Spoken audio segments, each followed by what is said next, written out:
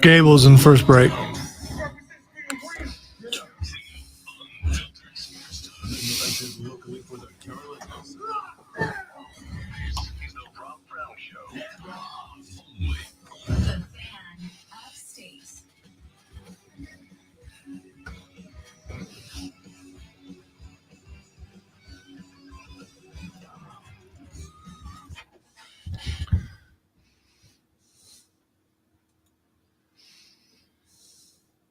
Monday, and we are back, baby. Welcome in, ladies and gentlemen. Happy Monday morning. The Rob Brown Show is on your radio. This is the Fan Upstate. How do you do, upstate South Carolina? Hello, America.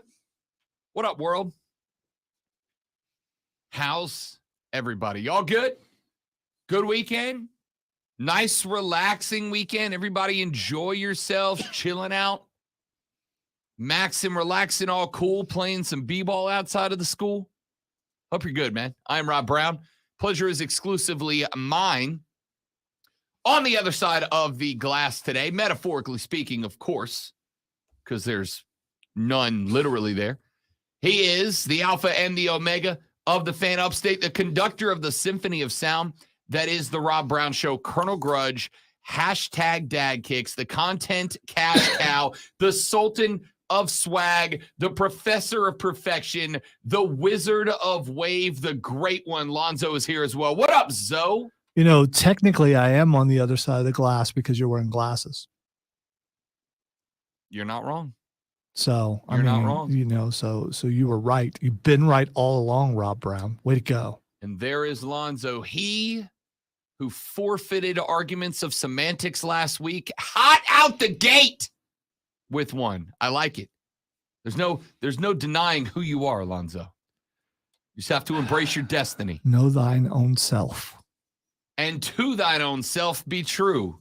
Ladies and gentlemen, we are so glad to have you here. Again, hope you had a lovely weekend. Glad to have you back in the fold once again. Hey, do us a favor. If you're not already, follow us across all the social medias. And on top of that, make sure that you are watching the live stream. Facebook.com/TheFanUpstate. You can also go to YouTube and search The Fan Upstate. Find us, watch the stream live, because not only, ladies and gentlemen, do you get the ever so incredible opportunity to look directly into the face of the great one and, of course, his baby blue eyes. But today, a little something special. We have here on the show dedicated ourselves to being as involved with the local sports scene as we possibly can. And we're going to do that again today, great one, because coming up at 11 a.m., we are going to be joined by the head coach of the Greenville Liberty, the USLW League team, the women's professional team right here in the Ville. We are going to be joined by head coach Julie Carlson. But Julie's not just coming to hang out and talk soccer. She's going to, but that's not all. On top of coming to hang out and talk a little footy with us, Zoe, she is going to, right here and only on this show, reveal the 2023 Greenville Liberty uniform.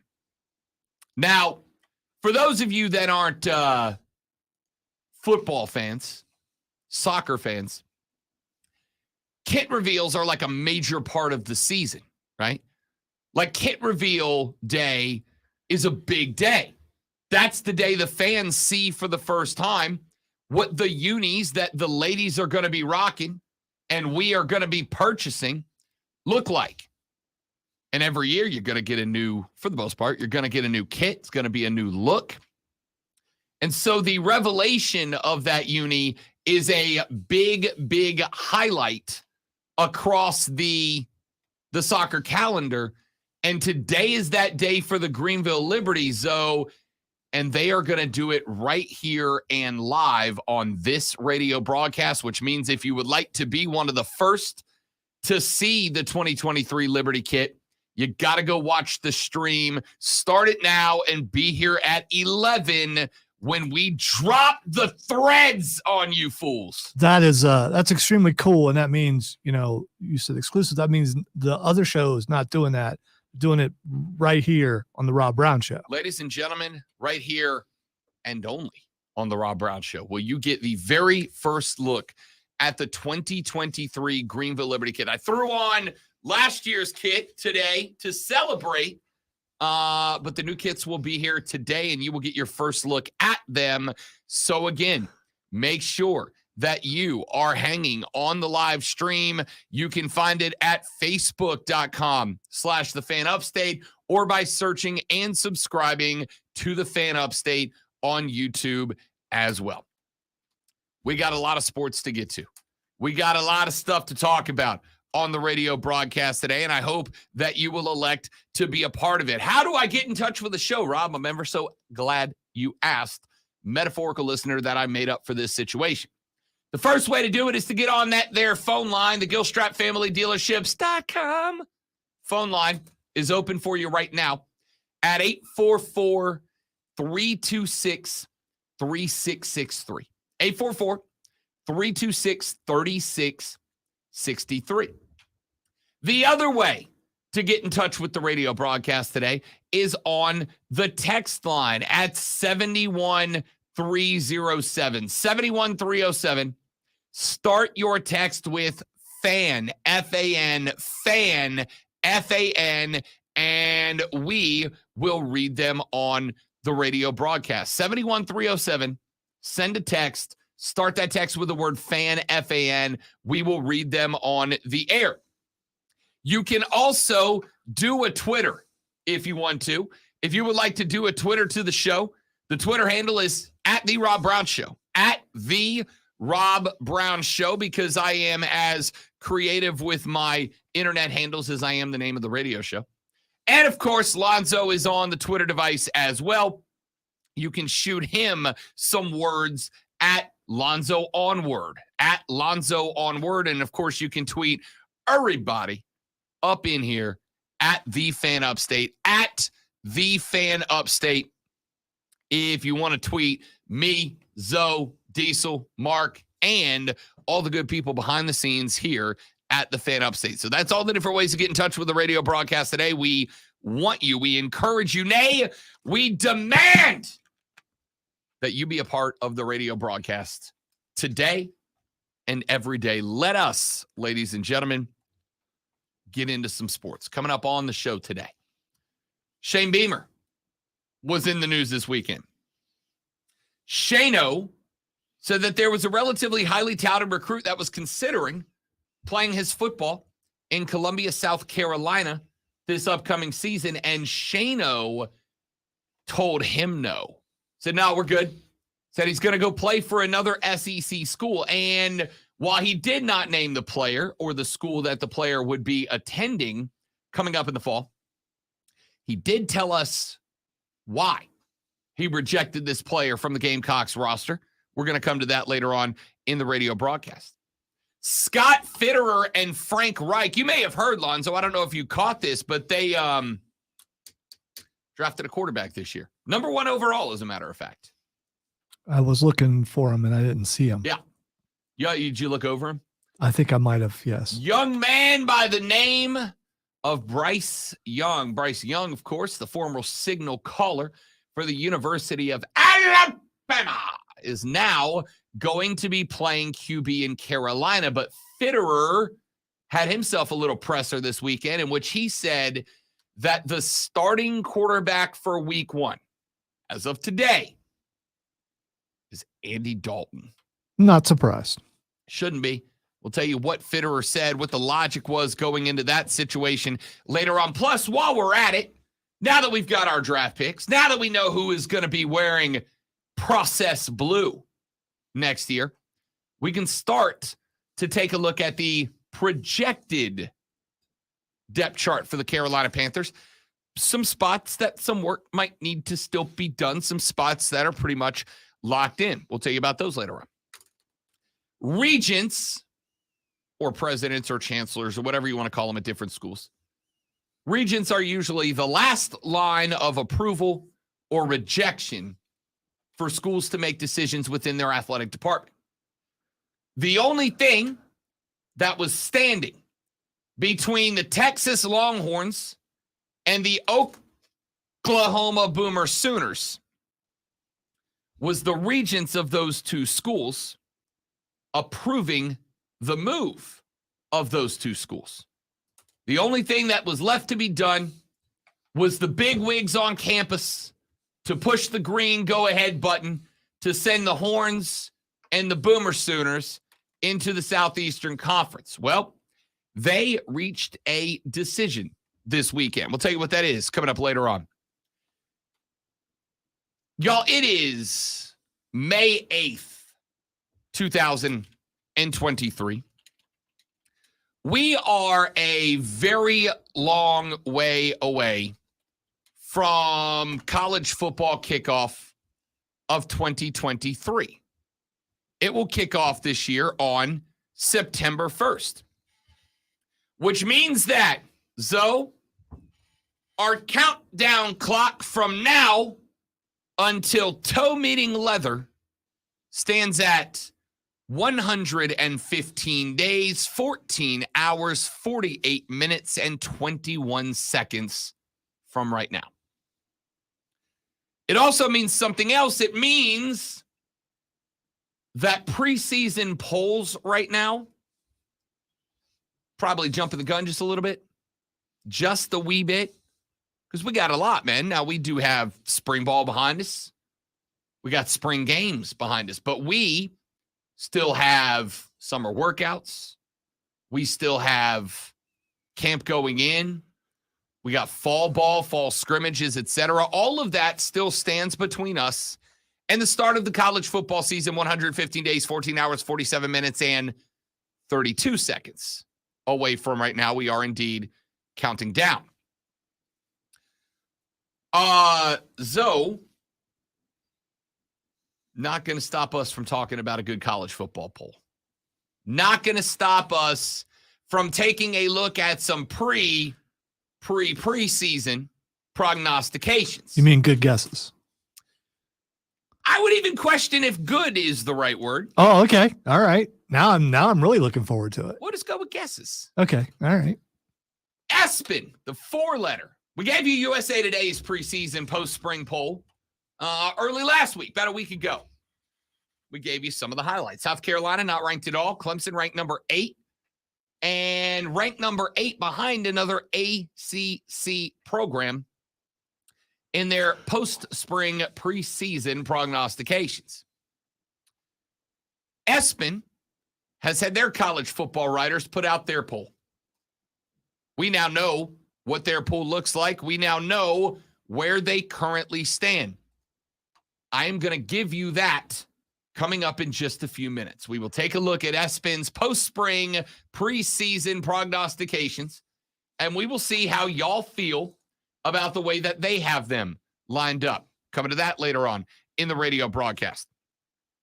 The NBA was quite hot this weekend, including last night, where Nikola Jokic, the should-be most valuable player of the National Basketball Association, dumped 53 points into the bucket, and yet they lost.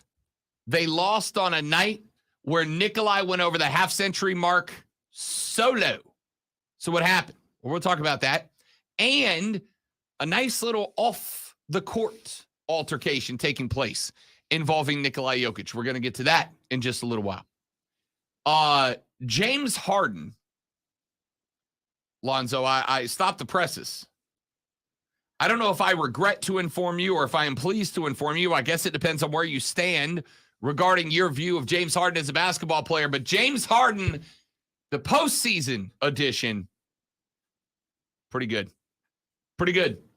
The Beard powered Philly to an OT win over the Celtics, including dropping a couple of stone cold killer shots on the Celtics. Is he consistent though? Because it seems like every other game I'm hearing about him more so than every game. Yes. In game 1, the 76ers win. James Harden was a machine. In game 3, the 76ers won. James Harden was a machine. So every other game, like I said. Yes. However, keep in mind that in game 2, you had the return of Joel Embiid. Harden was trying to work around the guy who was named the league MVP in Joel Embiid. And he kind of changed his game up. Last night, he decided, bump that, and took back over himself. Had himself a night. Now, it did not help any at all that Jason Tatum was white hot garbage in this performance for the C's. But Harden got it done. We're going to talk about James Harden. Because, Lonzo, if I asked you to name me in the history of the National Basketball Association, how many guards had 10 or more 40-point playoff games, who would you say might be on that list? Kobe, LeBron, Mike? It's hard for Magic. me now because what are positions in the NBA? I mean, you used to know who's what. That's fair. A lot of these guys play fluid positions. LeBron James is not a guard, but he's not a forward. He's somewhere in the middle. Nikola Jokic is not, he's a big man, but he's a power forward as much as he is a center. I get it. But if we're forced to label a guy based on the position that he should be playing, James Harden is a guard. He's a shooting guard, but he's a guard. I was going to say, when I think guard, I think someone who can guard you, and he doesn't really do that. But he does shoot the ball pretty well. In NBA history, ladies and gentlemen, there are 4 players that have 10 or more 40-point games as a guard. Those 4 players are Michael Jordan, Jerry West, Kobe Bryant, and James Harden. So we'll talk about the legacy of James Harden later on in the radio broadcast. Speaking of guys who are hot and then cold, yes and then no, in and then out, up and then down, Katy Perry makes an appearance on the show. Anthony Davis is Schrodinger's basketball player. That's a hell of a nerd joke. You went from Katy Perry to that. Yeah. Okay. Yeah. I'm well-rounded. I don't know if they're opposites, but they just don't sound like they belong together. I'm well-rounded, not just physically, all right? Culturally as well. Anthony Davis is either a top 5 player in the National Basketball Association's playoffs or bad. And this has been an interesting dichotomy because now the Lakers, after punking the Warriors, and I mean punking, not like, hey, punking. Yeah, because there was no G on the end. Yeah, I realized that after I said it. I'm like, I sound like my G. aunt. Hey, punkin.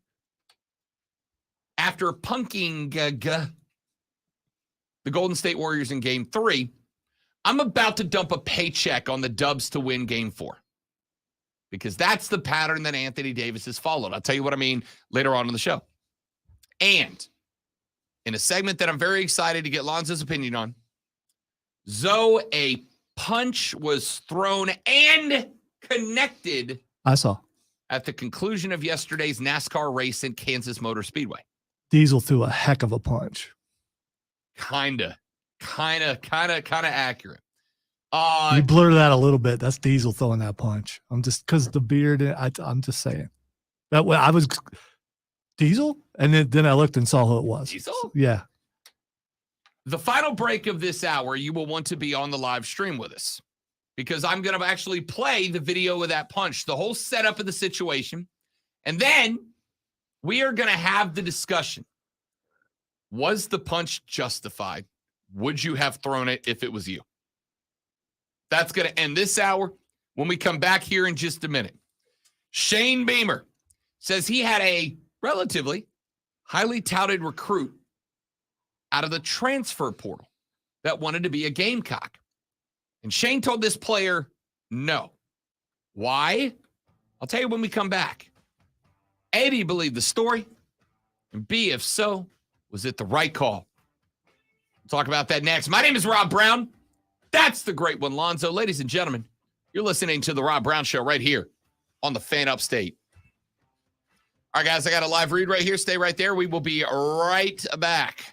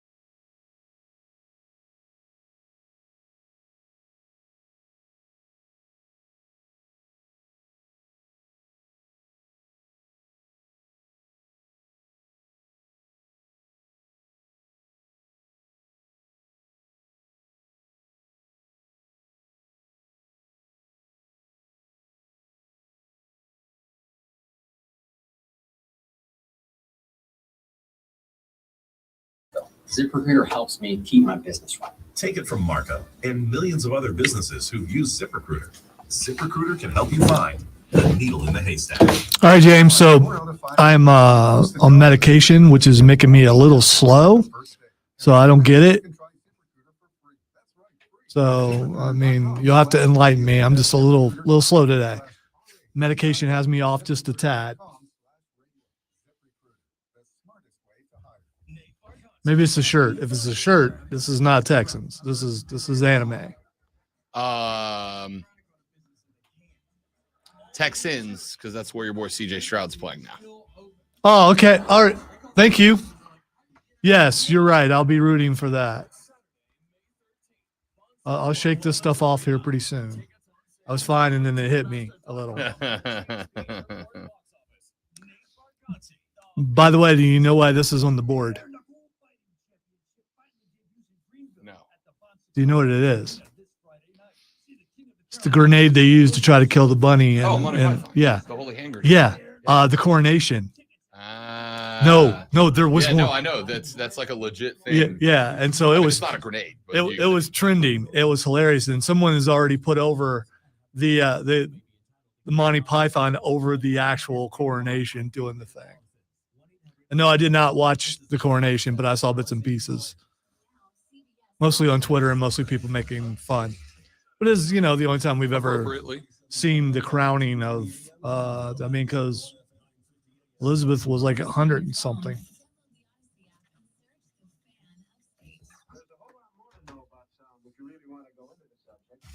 He also looked really small on that throne. He's got sausage fingers. Yeah.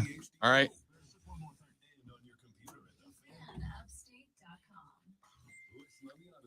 Remind me to talk about that later.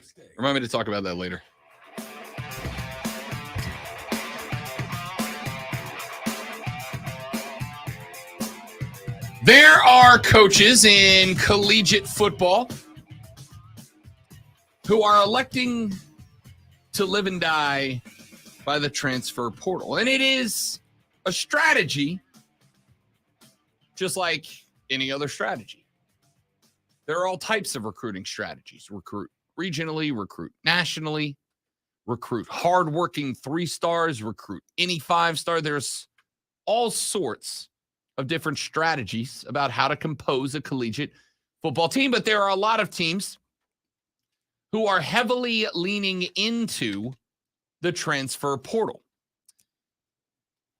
Shane Beamer, I think, Lonzo, has done a very admirable job of working the portal. It does not feel like he is trying to meet every need out of the portal, but it also certainly does feel like he is more than willing to dip into it for the right guy. Well, he absolutely needed it when he first got there. Sure. And he had to embrace it because what Muschamp left behind. So he had to fill some gaps with some guys that were available. So I don't fault him for that at all. I can't wait to hear this story, though. Shano was giving a media interview the other day, and it was asked the question about the portal. And during the presser, he told this story. He said, quote, "We had a young man that wanted us to promise him a starting spot last night, and we wouldn't. So he's going to another SEC school. We're not promising starting jobs. We're here to compete. That's the first thing," end quote. Of course, fans out of the gate started reacting on social media to this. One person said on Twitter, quote, "Only desperate teams make those kinds of promises." Another fan replied, "Excellent character from an excellent coach." A third fan said, "This is why I love Shane. Nothing is given. You've got to earn that spot." Now, Shane is not unique in being having a request made of him from a potential transfer. It has happened before. You guys may remember back in January, Nick Saban told a similar but dramatically more ridiculous story about a transfer player making request of the University of Alabama. Nick Saban said that there was a transfer portal story of a kid. In fact, I'll just read you the quote. He said, quote, "Someone with one of the best corners in the nation came to me and asked if we'd pay them $800,000 for the player to sign here. I told him he can find another place to play. I'm not paying a kid a bunch of NIL money before he earns it. But that was all. He said there was another player who, quote, wanted $500,000 and for us to get his girlfriend into law school at Alabama and pay for it. I showed him the door, end quote. So you really don't believe it? Because I do. No. I absolutely believe it. Okay. All right. Now, what I am going to say is I think, a pretty good foundation to stand on. That a guy like Nick Saban, who is going to let NIL do its thing because you have to. I was going to say you can't stop it, so you don't have a choice. But it was made it abundantly clear that he's not a big fan. And why would he be? It makes it harder for him to hoard the talent at Alabama if other schools can fork over some cash and the kids want some scratch and they're willing to go to a lesser team in order to, what's the word? Get paid. Of course he doesn't like it. But does it make sense that a guy who does not like NIL would make up a story about a kid making a ridiculous NIL request to be on his team? Yes. People, and I'm not accusing anyone of it, but I will accuse everybody of it. People lie. And this may shock you. People lie specifically and especially if it helps them to cast a shadow on something that they do not like. This, ladies and gentlemen. Come on. That's ridiculous. Shocking. No one would ever do such a thing. Correct. This is, at its core, the number one problem with American politics today. People will lie to make the other guy look bad, and it goes in both directions. No one is clean. No one is clean. So what I am saying is, I would not be shocked to find out that Nick Saban's stories are just a wee bit exaggerated from a guy that doesn't like the NIL. For him to make up a story that makes a kid who wants big NIL money look bad, or for him to make up an unfalsifiable story. You've heard me use that word a lot, right? Don't waste your times on claims that are unfalsifiable. They cannot be proven incorrect. There's no point to a conversation about a claim that is unfalsifiable. I will never be able to prove that this happened. The only person who could prove it happened would be Nick Saban if he came forward with an email or a text or some documentation in the name of a player, which he's not going to do. So it's possible he's lying. But I don't think he does in this case, right? I don't necessarily know that he would here. I could absolutely see it happen. $500K for one of the top corners in America, according to Nick Saban, is really not that much money. I mean, it's a lot of money. It's a significant sum of money, sure. But remember the kid that was going to go play for Florida before their NIL collective fell apart? Do you remember how much that guy was going to be paid? Wasn't it like $13 million worth of NIL deal that he was offered? $500K for a shutdown corner is a steal, ladies and gentlemen. So Shane saying that a kid wanted just to be guaranteed a starting role isn't all that outlandish to be ridiculous. It's not all that crazy as to be unbelievable. I don't think that it is. I don't think that it is. I will say this. Shane handled this properly. Shane handled this correctly. Listen, if a guy wants to come play, if a guy wants to come compete, if a guy wants to come be a player, and also wants to make some scratch for doing it, I got no problem with that guy. If a guy shows up and his primary motivation for playing is to build his brand to make money. I got no problem with that.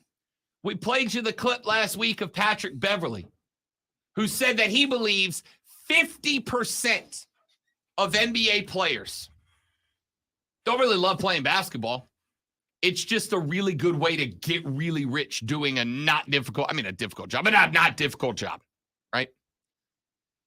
So if a college kid says, yeah, I'll come to your school and I will bust hump to be the best player I can be to build my brand and make money. You know who else does that? Everybody. Well, everybody with a job. We all sell a little something of ourselves to make scratch to pay the bills. Yeah, but I mean, not everyone puts forth the same effort. That Some is also people just, correct. show up, That is also correct. We would like to think that with some exceptions here and there, though, the people who put the most in get the most out. That's not how it works, but in an ideal world, it would be. So if a kid wants to come play for my school and his primary motivation is to build that brand and make that paper, and he's going to show up and compete to build a brand, great, fine. Welcome to the team, son. And if you're good enough to be a starter, congratulations. Your big old face is going to be on the Jumbotron 44 days from now, whatever that number was. So I absolutely think that Shane saying, I will not guarantee you a starting spot, and because you asked for one, bounce. Here's the thing. Carolina still needs more talent. It's a good team. It's a team that is trending upwards without a doubt, but they are still a team that needs more talent.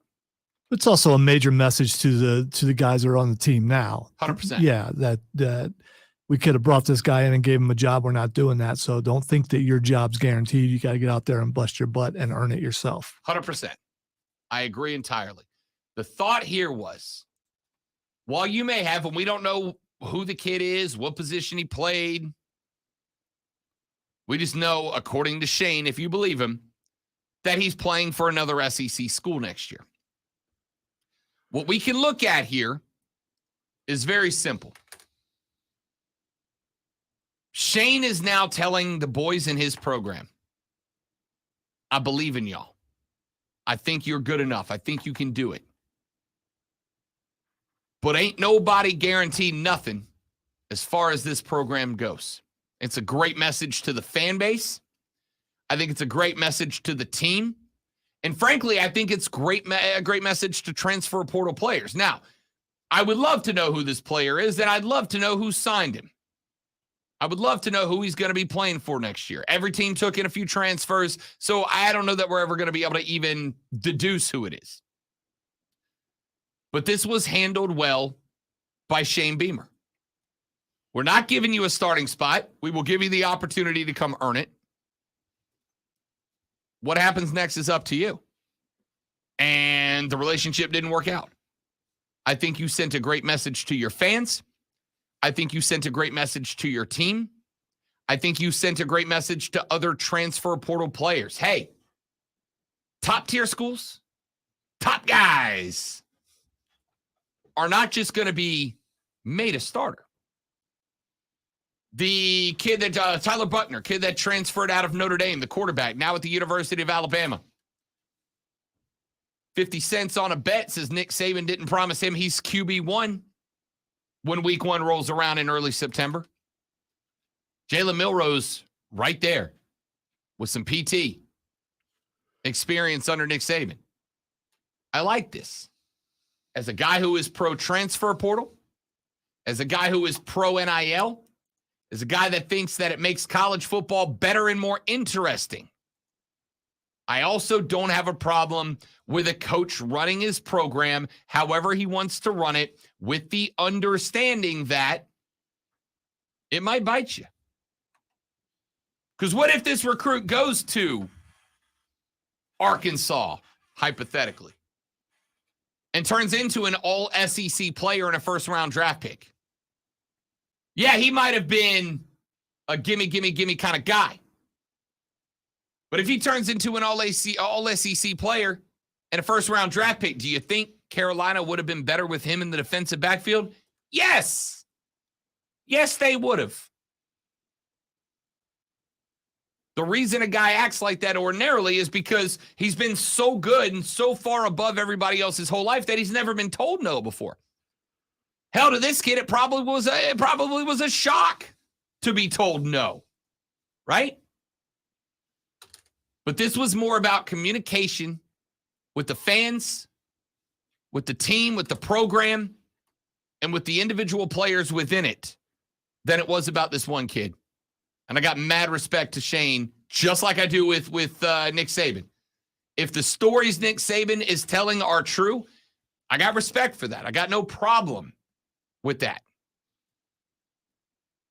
But we'll see. Let's take a break. I want you guys to join us on the live stream right now. Facebook.com/TheFanUpstate, or go to YouTube and search The Fan Upstate. During the break here in a second, I'm going to play you a video of some fisticuffs that took place at the NASCAR race at Kansas Motor Speedway this weekend. And we are going to ask the question, was the punch justified? Very simple. We'll talk about that when we come back. Rob Lonzo and you on the Rob Brown Show. It is the Fan Upstate. To answer the question about the starting 11, Skrilla, I got told towards the end of the month that was not a viable contest for me to give away things for. So I have to reevaluate what that looks like, how that looks, and put it back together. Give me 30 seconds. I'll come back with that video. Stay right there.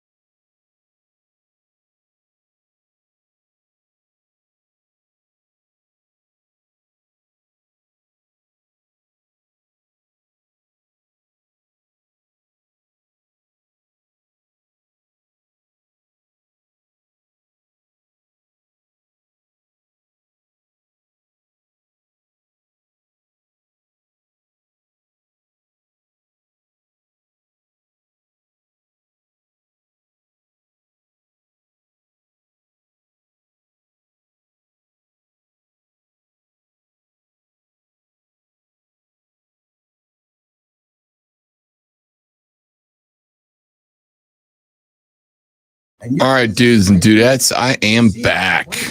Let me pull this video up real quick.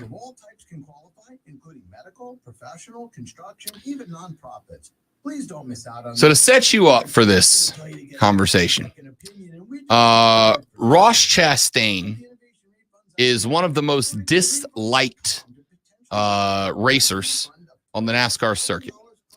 And I would acknowledge that he tends to drive a little crazy sometimes. Ross Chastain was approached by Noah Gragson after the race was over. They got into it on the track a little bit this past weekend. And after the race was over, they had, we'll call it a wee bit of a confrontation. So Gregson's in the black, Chastain's in the white. We're discussing what happened. With the worst haircut in NASCAR. He's got the Kim Jong-un look going on there. Walks over, and bang, there's the right hand. They were discussing what happened. I think you're good here. You're talking. Does this, though, right there, that grab of the collar, right? He grabs it right under the collar by the jersey. You don't do that. And is hanging on to him, right? He's kind of pushing him backwards a little bit. And you can see, and this is where I think the punch gets justified. Look at Gregson's right fist. It's bald. It is. You're right. It's bald. The grab by the collar, I'm probably still trying to talk my way out of this. But when that fist gets clenched up, and don't think Chastain didn't see that, because look at his left hand. Where did it go? Immediately down to lock that arm up, right? So he uses his left arm to lock up what I assume is the dominant hand of Noah Gragson. Now, he's still got the right hand pushed down. Gregson's fist is still balled up. He's using his left hand. Gragson is in the black. He's still got the shirt of Ross Chastain. Chastain gets pushed back a couple of steps. Security guard tries to step in, and bang, over the top comes Chastain, and he catches him flush. So dude. so what he does is when Wow. he pushes Chastain back, he gives him the perfect distance to throw the Yes, he spot. does. Now the question is Chastain hanging on with his left to make sure that he gets that? Is he pulling the arm forward, the left arm forward when he throws the punch to get even more, to get a little more torque in there? I think so right there, like you see him grab the right arm of Gregson, which is the right move, right? He can't throw a punch from right there. And because his left hand is working the shirt, is working the fire suit there, here's where he makes the mistake. When he does that little shove right there, he pushes the right shoulder of Chastain away from him. Right, and he gave him the perfect distance. If you're going to grab that dude by the collar, you pull him to you. You close the distance, right? Because now if he's got a punch, it's got to be, you can't get power out of that. But when you push that left shoulder further away from him, unless you're Tyson or someone like that, that quick jab would.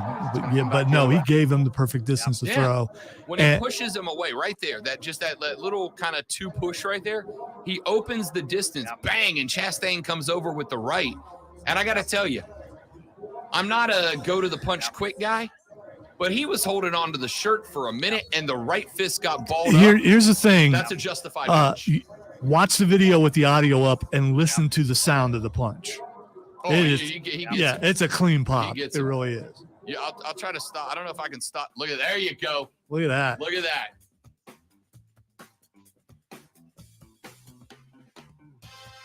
So if you didn't join us on the stream, you missed out during the break because we did a fight breakdown. One of Alonzo and I's favorite thing to do during the commercial break is go to the Walmart parking lot fight breakdown. Now, I'm a NASCAR guy. Sat down yesterday with our boy Kevin from downstairs, watched a little NASCAR at Kansas in the afternoon. During the last couple of laps of the race, Noah Craigson and Ross Chastain. Now, Chastain is known as one of the most reckless drivers on the track, all right?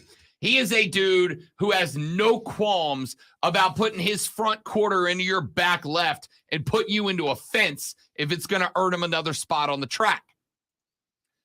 While there are ways to make it look like you didn't do it on purpose, a lot of drivers believe that Ross Chastain is constantly wrecking people on purpose. And if you do it enough, it gets hard to argue that that is the case. After the race was over, Noah walks over to Ross Chastain and has some words for him. He got spun out by Ross in the last couple of laps, cost him a lot of spots.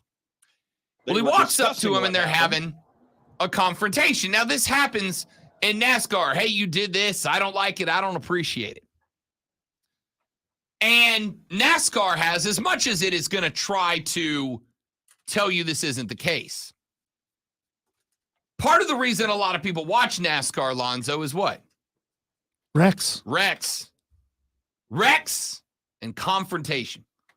And while NASCAR, I think over the years has made its best effort to try to shed that image, if you watch commercials upcoming this weekend, they'll be at Darlington, right down the road. What's that, 3 hours from here, ballpark? It is throwback weekend at Darlington, right? All the cars are going to have paint schemes from the 70s and 60s. All the fans are going to be in cutoff denim jorts. It's going to be a great weekend. I still haven't decided I'm not driving over yet. So like normal. I mean, the dress is Darlington. probably, I mean, come on. I think they make it throwback weekend because the crowd already looks that way. You know, might as well paint the cars to match. So, Noah walks up to Ross, who is one of the most disliked racers amongst racers in NASCAR, and gets into his face a little bit. No problem, right? You're going to talk it out. We're going to have some words. But then Ross Chastain, in his discomfort in the situation, you can tell is a little on edge, right? And you know he's on edge because, and if you're not watching the stream again, you can go there now. I'm still playing the video. Look at his arms, Lonzo. They're like being held stiff but out front of him. That is in a posture where if that guy comes forward, you can get those hands up. Like an offensive lineman, get into the chest, create separation, right? Well, then Noah, seeing that escalation, escalates himself. He grabs the fire suit of Ross Chastain right above his right pectoral muscle with his left hand. Tight grip, by the way. He's got a good bit of Oh, cloth yeah. in there, so it's going to take a little effort to get him loose. Oh, yeah. Got that fire suit square. Ross Chastain is not getting away. Now, the question I'm going to have is, in just a minute, Ross Chastain throws a right hand at Noah, and he lands it flush. Question was, based on this breakdown, was the punch justified? And my answer is, yes, it was, and here's why. Right there on the screen, if you're watching the stream, and if you're not, I'll describe it to you the best I can. If you look at the right hand of Noah, it is out from the body and the fist is balled up. That is the hand of a man waiting for the opening, right? That's a guy telegraphing his punch, but he's waiting for the opening. But Chastain ain't no dummy. This is country smart right here. Chastain takes the left hand, reaches down, and he grabs the right forearm of Noah Gragson. He's got the right forearm. That punch cannot be thrown from that position. That punch is now out of the question. But Noah put himself in a boat situation here because the right hand, his punching hand, has now been taken out of the equation by Chastain's left hand. Noah has his left hand still holding the fabric of the fire suit. As Lonzo said, he's got a good grip on it, of Ross Chastain. The only arm left available in this equation is Ross Chastain's right arm. It's the only one that's not hindered or hampered in any way because Chastain doesn't grab the left arm of Noah. He lets him hang on to the fire suit because if your left hand is hanging on to fire suit, what can't it do? It cannot punch. That's exactly right. You can't hit me with a left cross, right? So he lets him hang on to the fire suit. Smart move from Ross Chastain as he takes Noah's right arm out of the equation. Well, then Noah makes the biggest mistake of this whole thing. He takes the fire suit and he kind of jerks Ross Chastain by the fire suit, right? He kind of shakes him a little bit. But when he goes with the second shake, Noah extends that left hand out. And what has he done when he stretches that left hand out? He has created separation between he and Ross Chastain. And what does Ross Chastain have now? He's got the right arm of Noah locked up with the left arm. He's got his right hand back because he's pushed the right shoulder away. Noah pushed his right shoulder away. That back hand is right, or is that right hand is back, and it is in the perfect spot to come over the top of that fire suit grab and land a perfect punch, and he does. All right, real quick, because Bang. we got to go to break. Which do you obviously the chin? That's a strong chin because he did not go down. And the other thing is it lack of power by Chastain? The fact that he didn't knock him out. I mean, because Noah recovers pretty quick and is ready to get in there if the other guy doesn't stop him, and also in the way of his dominant hand when he jumps in. First off, let's start this. That punch is flush, dude. Oh no, it's a great That punch. is It's, right on so the jaw. so you got to respect the chin more. I gotta respect the chin of Noah because that punch puts a normal guy to sleep. All right, that punch was flush on the jaw. I've got it stopped on the contact. That punch is flush on the jaw. Noah gets rocked over to the right, but see, Ross did something else smart here. He sees where the security guy is. Where's the security guy? To his left, Noah's right. So even if Noah wants to throw a return punch, which he does, that security guy's in between. Security guy's arm goes and overhooks Noah's right arm. Noah can't get a fire back. All he's got to do now is wait for the fire suit grip to be broken. It is. Ross Chastain wins that round 10-8 and does so with a very justified return fire. When we come back, let's talk a little Panther football, shall we? My name is Rob Brown. Great Malonzo's at the board. You're listening to The Rob Brown Show. Ladies and gentlemen, you are listening to The Fan Upstate. It's DM. Wake up with a morning jolt of in-depth sports analysis and discussion every weekday at 6 on the DA Show. Only on the Fan Upstate. There's a race going on inside your body, and sometimes Who's winning? guys, otherwise known as arthritis, get there first. That's when the joint pain kicks in. Your healing process is just too slow and just can't catch up, and it needs just a little bit of help from QC Kinetics. That's Dr. Daniel Zuckerman, a QC Kinetics medical director. We all know that you can heal yourself if you get a cut, it heals. So, Your joints are no different. on Bet for the Cycle, Hayton asked Mario did have to pick up the dog poop barehanded. Yeah, I saw it. That's pretty gross. So here is the question. I'm letting him off the hook. He's done it. He's completed the mission. He's free. The punishment was he had to go to a dog park and ask a dog owner to let him do that. He approached 5 people, and shockingly, none of them said yes. They all said no. Was that sarcasm, or did you really expect someone to say yes? That was very sarcasm. Okay, because that was the part that I was concerned about So- the entire time. What he did It's like, creepy dude, go away. Was go to the trash can, pulled out a recently deposited bag of doggy doo, opened the bag, dumped it on the ground, and then picked it up with his bare hand. That's producer ingenuity right there. That's what that is. Right. But that wasn't the punishment. Punishment was you have to ask and get somebody to tell you yes and then do it. Now, we let him get away with it because the poor kid almost yacked on camera, and we felt bad.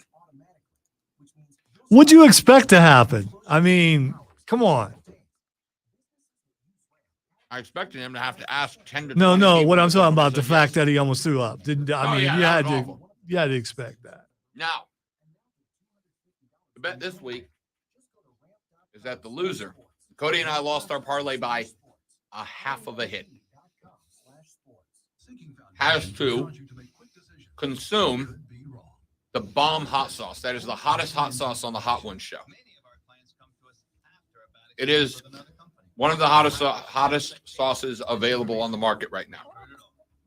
So we have left it up to the social media, and I'll let you guys pitch in on this as well.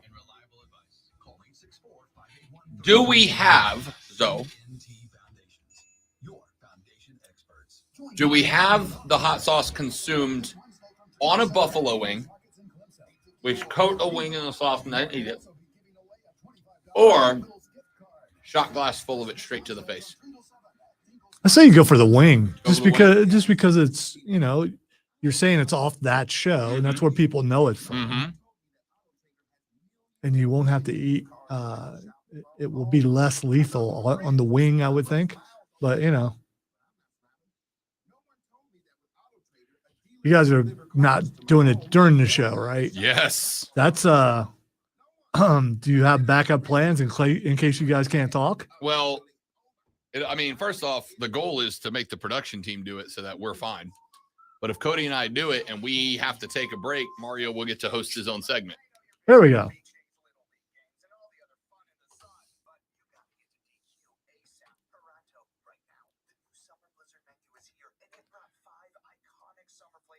See, here's my way of thinking, Steven. That was my first question, was more about the show than the actual, because the show is, you know, they're getting paid to do a show, and if they can't do it, that could be bad for them. So eat it on a wing or straight shot glass to the face. How do we do this?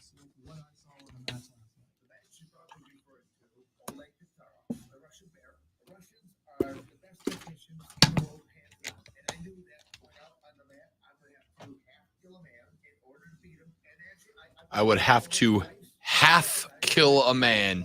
nonchalantly, yeah, I tell you that. Yeah, I just gotta kill a guy.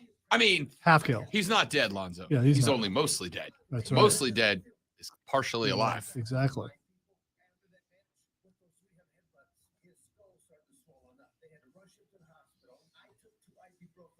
So I can't show him yet, but Doug just sent me a picture of the kids. Oh, they're dope, dude. You can come around and look if you want. I'll We wait gotta and go back to the I'll hour. wait and see it live. They are sick. I don't like spoilers, Rob. They I are thought you didn't like spoilers either. Sick.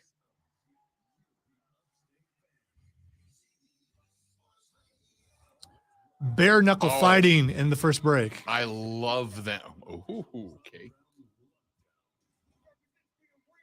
Courtney just sent me a text saying she wants to watch Cocaine Bear tonight. Okay.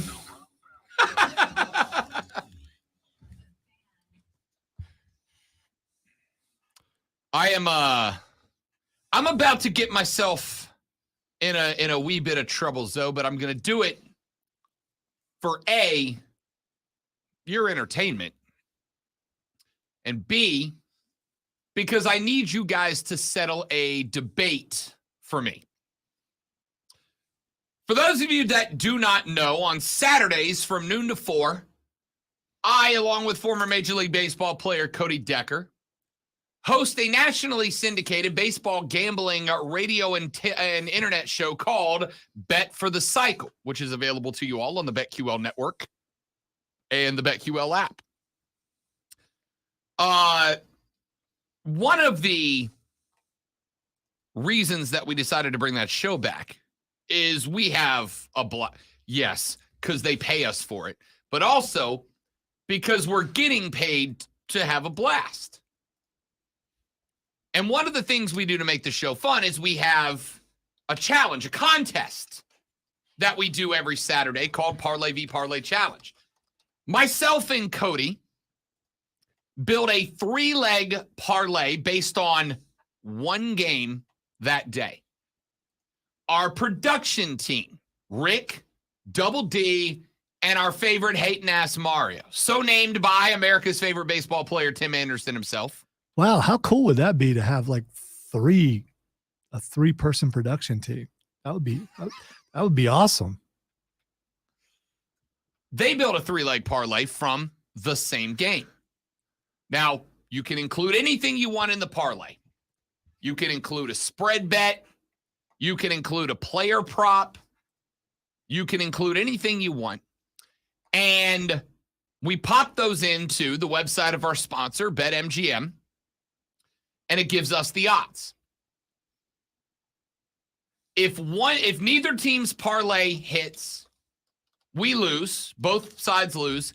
And the bet goes to the next week. We do it again. But we make the punishment worse. If one team wins, the other team has to take a punishment on the show the next week. And if both teams win, then the team that had the parlay with the longer odds is declared the winner.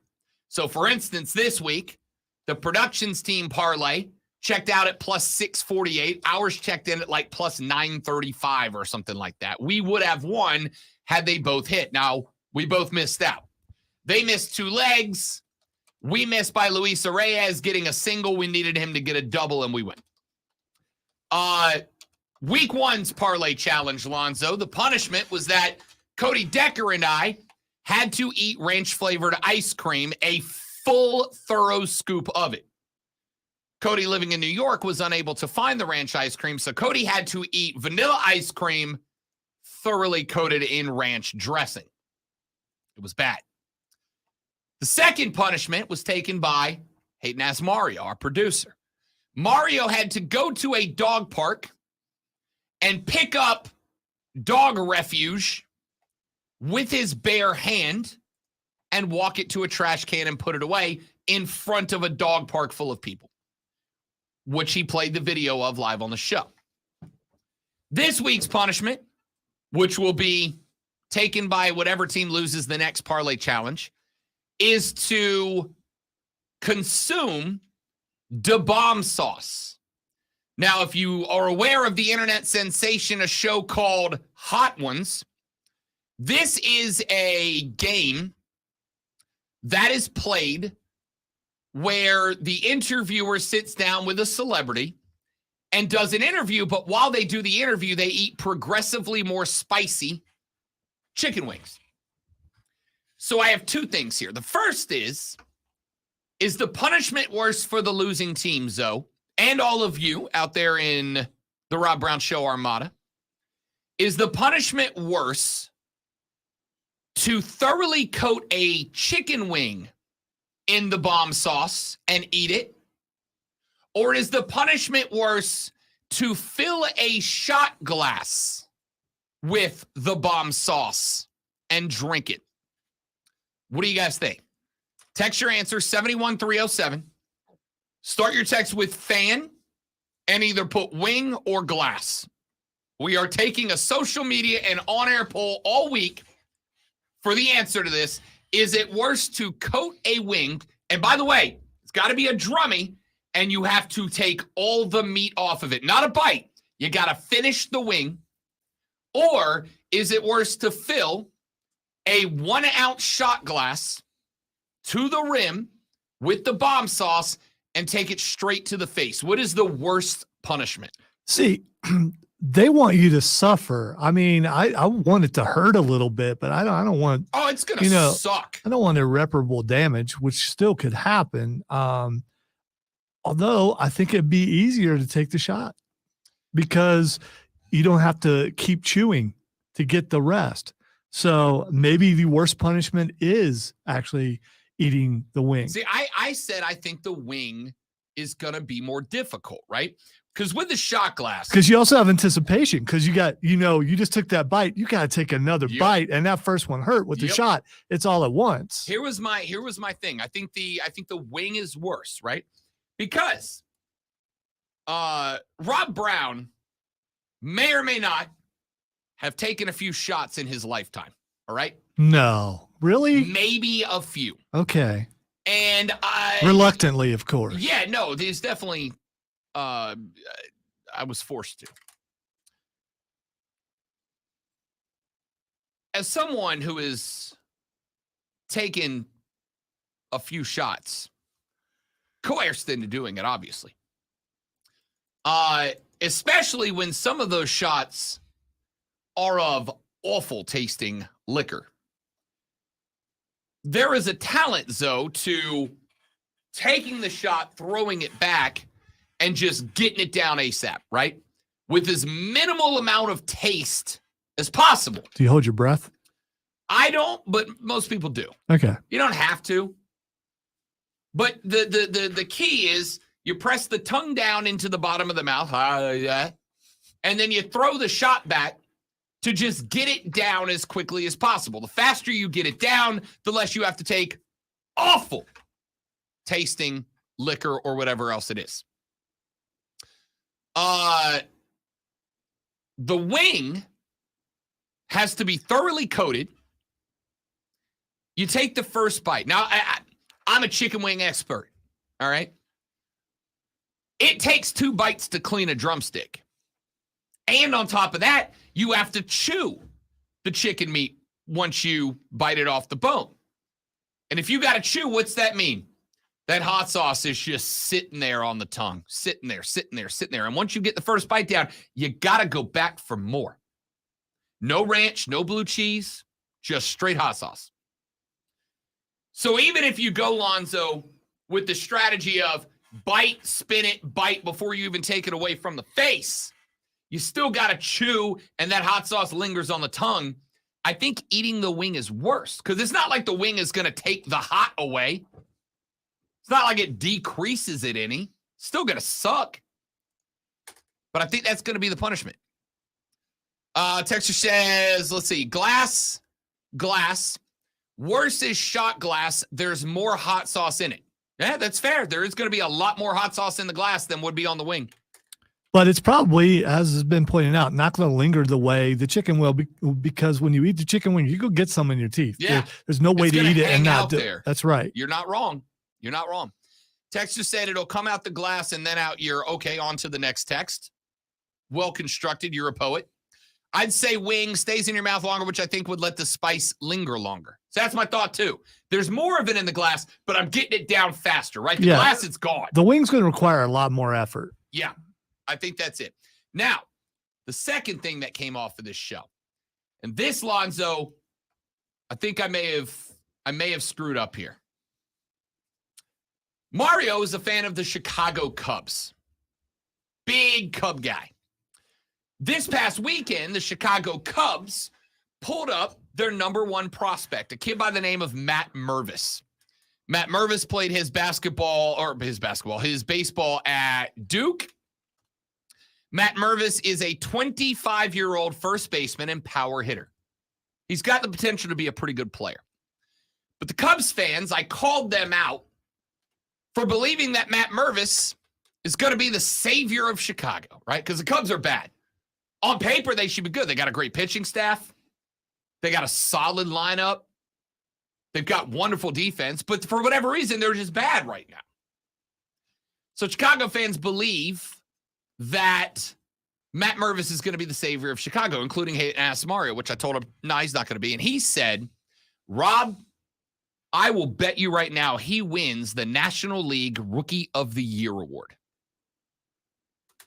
Right now, Matt Mervis is 35-1, plus 3,500 on the books to win the NL Rookie of the Year. There are about 16 guys that have better odds than Matt Mervis to win the National League Rookie of the Year award, Lonzo. I am 96% confident Matt Mervis is not winning this award. In fact, I'm not even confident he's not going to get sent back down to the minors to polish up a little bit, right? Now, he came out, first game, got a hit in an RBI. Second game, got a hit in an RBI. Third game, he got a hit in an RBI. That's pretty consistent. Not necessarily Rookie of the Year numbers, but Mario was talking so much smack about this guy being the dude, and he said he was willing to take a bet that Matt Mervis would be the NL Rookie of the Year. And I said, I accept that bet. And I challenged him, Lonzo, and you will react to this because you'll know where this is coming from, to a hair versus hair match. That's, I thought we said, I thought you said that hair was off the board. I did. Yeah. Not that hair. Oh, okay. All right. If Rob Brown wins, Hayden Mario has to go to the spa and has to get a full Brazilian wax. And oh, it has to be a wax. Oh no. Hayden Mario, if Rob Brown wins, which means if anybody except Matt Mervis wins the Rookie of the Year, anybody but him, I get the field, he gets that guy. If anybody else gets it, Mario's got to go to the spa and get a full Brazilian. He has to bring his girlfriend with him, and she has to film his face while he undergoes this process. We then have to get confirmation that this procedure was finished. What, receipt or something? We don't know. How do you get We confirmation? got to figure that out because we don't want pictures, but we got to figure it out. Okay? If Matt Mervis wins. This is where it hurts when you guys are not all in the same area because you could actually go there. Right. Yeah. If Matt Mervis, and this is where I think I got myself in trouble. If Matt Mervis, Lonzo, wins the National League Rookie of the Year, which will be handed out November 14th or 15th. If Matt Mervis is the National League Rookie of the Year, I have to shave my head bald. Bic treatment. Down to the skin, my man. Okay? Now, Mario said, Have you guys come up with a date for the wedding yet? hold, just hold a second, Okay, please. all right. Just hold a second, please. So I jumped ahead. I do that. It's all good. Hold a second, please. Mario stupidly put this on the table himself, right? Because I said, here was the bet. The initial bet conditions, Lonzo, were I shave my head bald if you win. If I win, I just need you to get the same haircut I got. Over the ears, professional business haircut, right? That's it. You can keep your hair, but it's just got to be short. I want you to think going from Lionheart Jericho to you just made the list Jericho. That type of transformation. Because Mario's got great hair. You saw me make Wince a a little face. bit. Yeah, like So he said no to that. He's like, no, I'm not cutting my hair. I told you that. And then because Mario is young and impulsive, he went, I'll do the Brazilian. Done. Bet. Done. Sold. We're taking it. So you're willing to risk going full on Lex Luthor just because you know for sure this kid is not going to win the He MVP. is terrified of it. Now, And you're not afraid of being bald. he said to me, no, look, and I told him, because so this is where I'm going with it. We've all seen your hair and the care that you take good hair. with your hair. It's good hair. Don't you great worry hair. that it won't grow back. No, it'll grow back. I've seen it happen to someone down the hall. They cut their hair off and boom, it's It's never done. Yeah, it was done. So here is what I told him, because he said, well, wait a minute, Rob, this really isn't fair. You get the entire rookie lineup of the National League. I get one guy and one guy that's at plus 3,500 odds. And I said, well, here's what you've got to consider, Hayden Asmar. A couple of things. Number one, I got a big ass head, man. I got a big head. I wear like a 7 5/7 hat. Well, it's It's a big head. it's not as big as mine, but right, I but mean, you got a big head on a big body. that's true. I got a big head relative to my body, right? So I'm gonna look ridiculous. I said, step You're two. not like JD McDonough. I mean, his head is way His too. head's huge. Yeah. I said, here's step number two. Number two is I do a live radio show on stream 5 days a week where I'm trying to make an impression on the world. And now I got to go on that stream cue-balled. All right? Not a great look for me. For him, on other people, bald looks Yeah, really absolutely. It's not For a great sure. look for me. I shaved my head, Lonzo, in the third grade, Miss Gherkin's class. And even in third grade, I looked at my head and went, never again. I have not shaved my head since I was, how old are you in third grade? 7? Something like that? I've not shaved my head good. since then. It might be 8, but Whatever. yeah, Not shaved my head since then. I've never had my head shaved. So I said, but here's the part, Mario, that puts all the risk on me. If you lose and you got to get a Brazilian wax, you're uncomfortable for 11 to 15 minutes. That's it. Then you're done. And when things start growing back and you get that itch, I mean, it may probably, yeah. Just But the painful part of it will be 11 minutes. If I shave my bald head, y'all, I don't know if we don't have a date yet, but we're committed to getting married next year. My hair grows slow, right? So if in November I got to go cue ball bald, and then the lady friend goes, let's get married in April. You know how long hair grows in 3 months? Not very.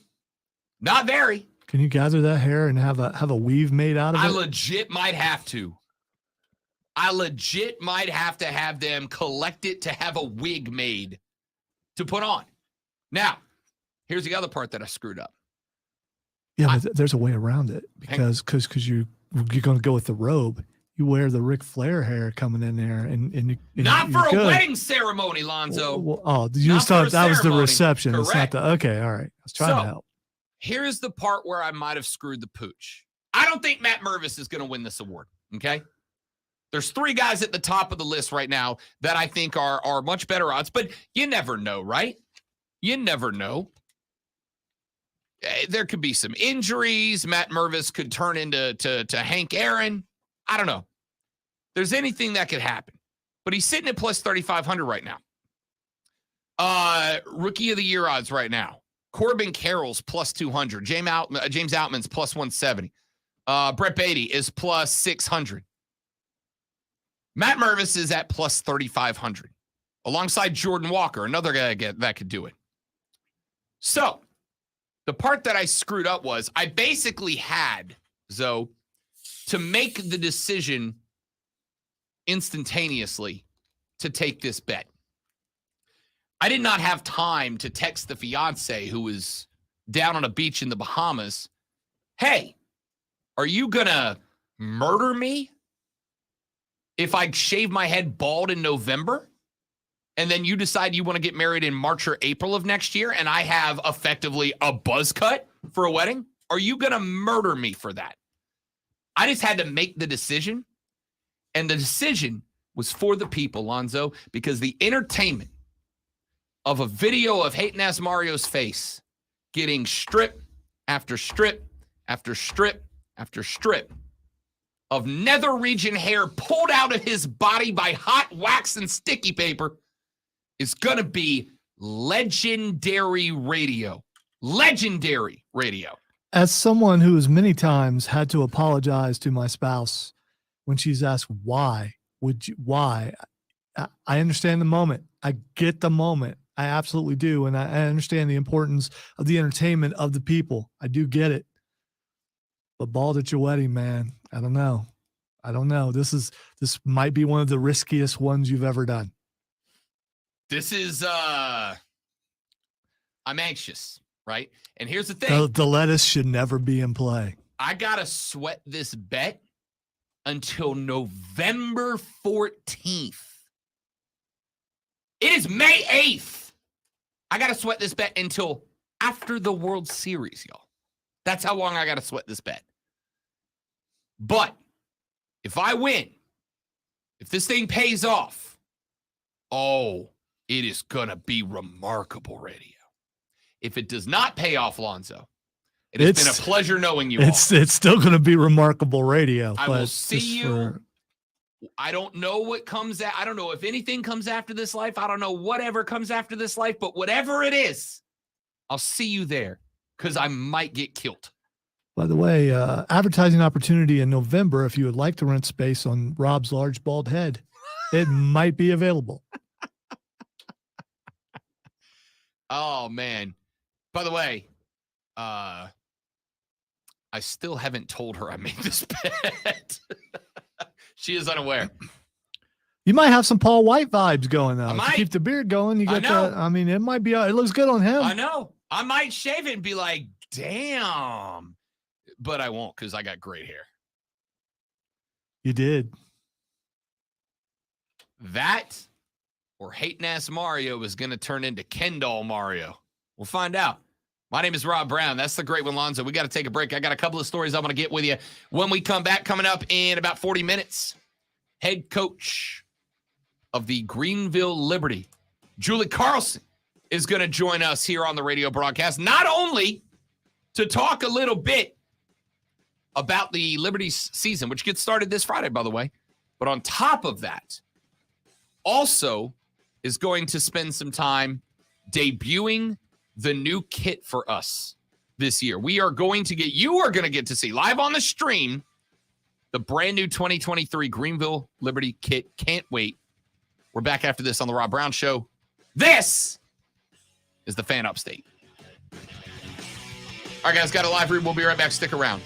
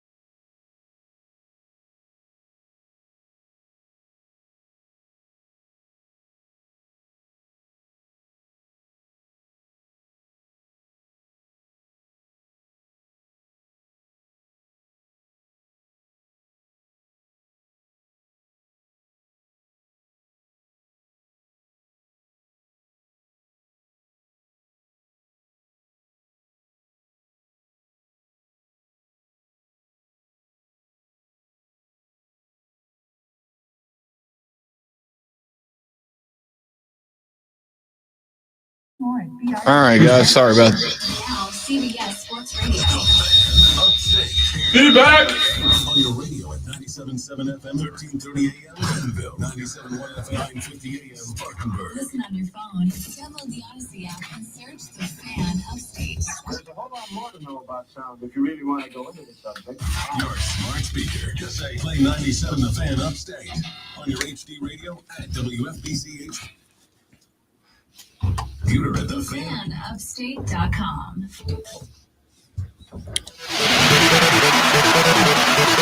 Trey said, good news. If you shave your head, you'll go down in hat size. James said, you're going to look like Kurt Angle for the people. Yes, indeed. He said, the dedication to the gimmick is admirable, but it's not worth it. Oh, that video from Mario would be so worth it, my man. Trey said, I'm a Cubs fan, and I want you to win the bet. I'd hate for this bet to mess with your wedding. Yo, no, she's going to be furious. All right? That's why it's a bet. That's what a punishment is. That's how it works. I couldn't just say, no, I mean, I guess I could have put myself getting a Brazilian on the line. You could have. And I think that would have been the move. But see, here's the thing. Here's the thing.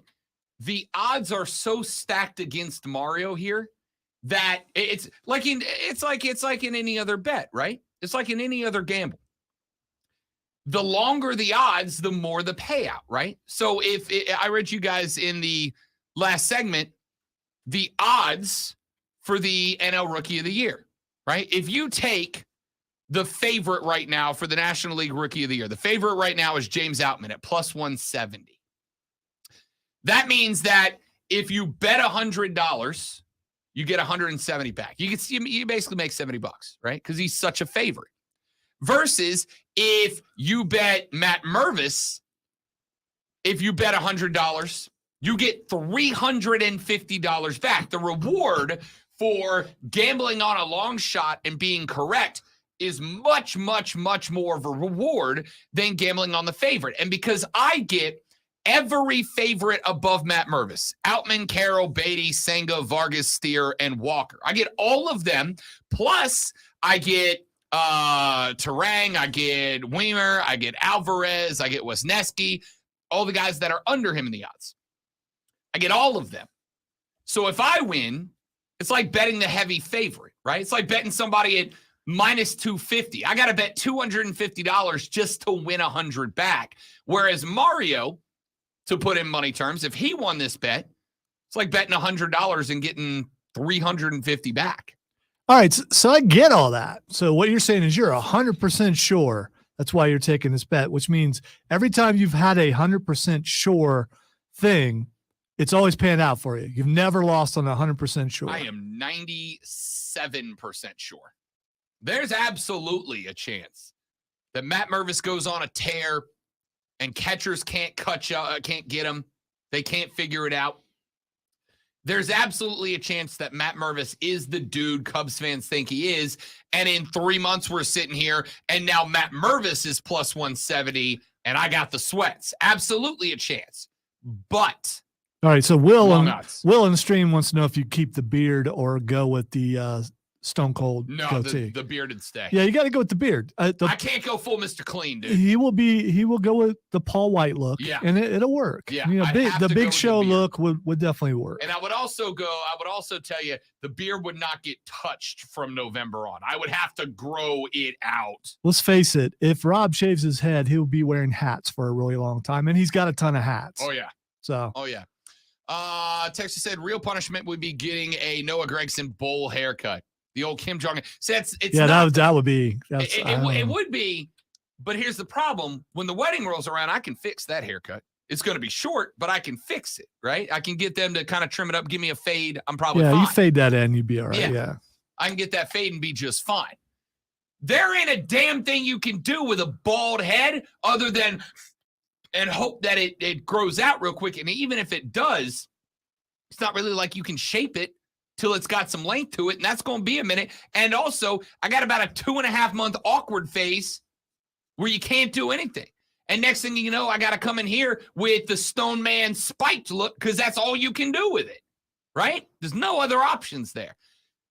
If I lose this bet, Y'all, the punishment is going to be severe for me. There is no good to it. There's no redeeming qualities. Here's a positive thing to this.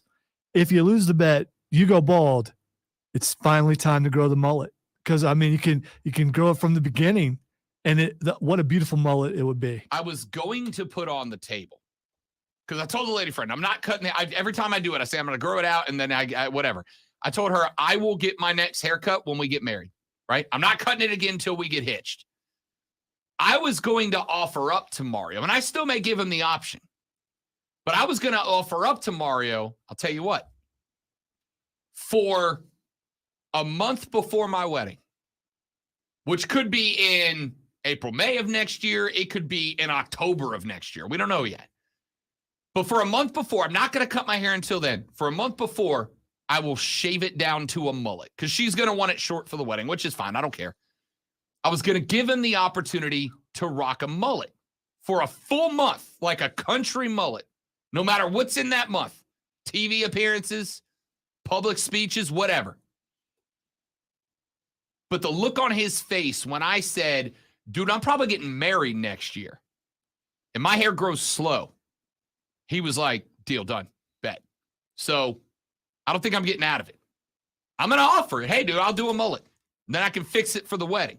But it is the threat of condemnation from the fiance, from my mother, and everybody else that I'm going to end up going bald if I lose. I got to say, eventually, I'll probably get tired of making fun of it.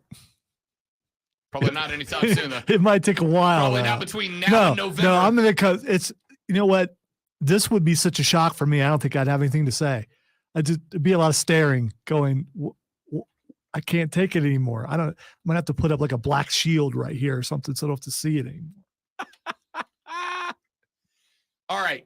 Let's get a couple other things in here before we get to the end of the hour. Remember, head coach of the Greenville Liberty, Julie Carlson, is going to be joining us at 11 o'clock. Not only are we going to talk a little Liberty football with her, the women's professional USLW league team right here in the upstate, but we will be doing this year's kit reveal for the Greenville Liberty as well. That's a big, big day for any club, and you guys are going to get the exclusive first look at the new Liberty kits coming up at 11 o'clock. That is going to be awesome.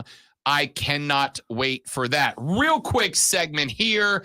Let me ask you this since we're on the baseball discussion. Great one. You and I are both in the media, which has become a bit of a boogeyman to some people over the years. But fortunately, we're in the sports media, which is not quite as condemned as other forms. Supposed to be entertainment and, you know, not bringing in all those other elements that have the other form of media. So hell with such disdain. Yes. Wow.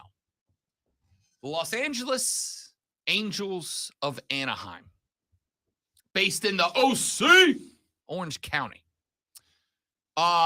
They are having some issues right now. They're not a bad team by any stretch of the imagination, but they're not a good team, which is too bad considering they have not the best baseball player on the planet, but the two best baseball players on the planet, Shohei Ohtani, Mike Trout in that lineup. They also have a cat by the name of Anthony Rendon. Anthony Rendon was brought in because he was a masher at the dish the last couple of years. So Rendon comes over, expected to add even more pop to a solid Angels lineup. But instead, his slugging percentage right now is .292. His career average slugging percentage is .476. He is almost 200 points off his career average. Through this past weekend, Anthony Rendon has yet to hit a home run, and he has just 3 doubles on the season, which is not good for a guy who even last year was one of the game's premier power hitters. And understandably so, When you paid as much as they paid for Anthony Rendon to come in and mash bro, and he is not doing that at all, you might have some questions for the guy, yeah? Hey, like, what the hell? What are we doing here, Anthony? What are we doing? Well, the media had a press conference with the Angels coaches after a game this past weekend. And The Athletic put in a request to spend a few minutes talking with Marcus Timms. He is the hitting coach. You know, the guy who coaches hitting, which Anthony Rendon, who was brought there to do, is not doing. It's fair that if Anthony Rendon's not hitting well, there are two people you want to ask about it. Anthony Rendon and the hitting coach. Yeah, I'm sure the hitting coach, it's all his fault. I'm sure. I mean, you got to ask the questions, right? Hey, you guys just paid mucho dinero to this guy, and he is having not just the worst year of his career, but like by a lot. It's that money curse. Maybe. So The Athletic put in a request to speak with Angels hitting coach Marcus Timms.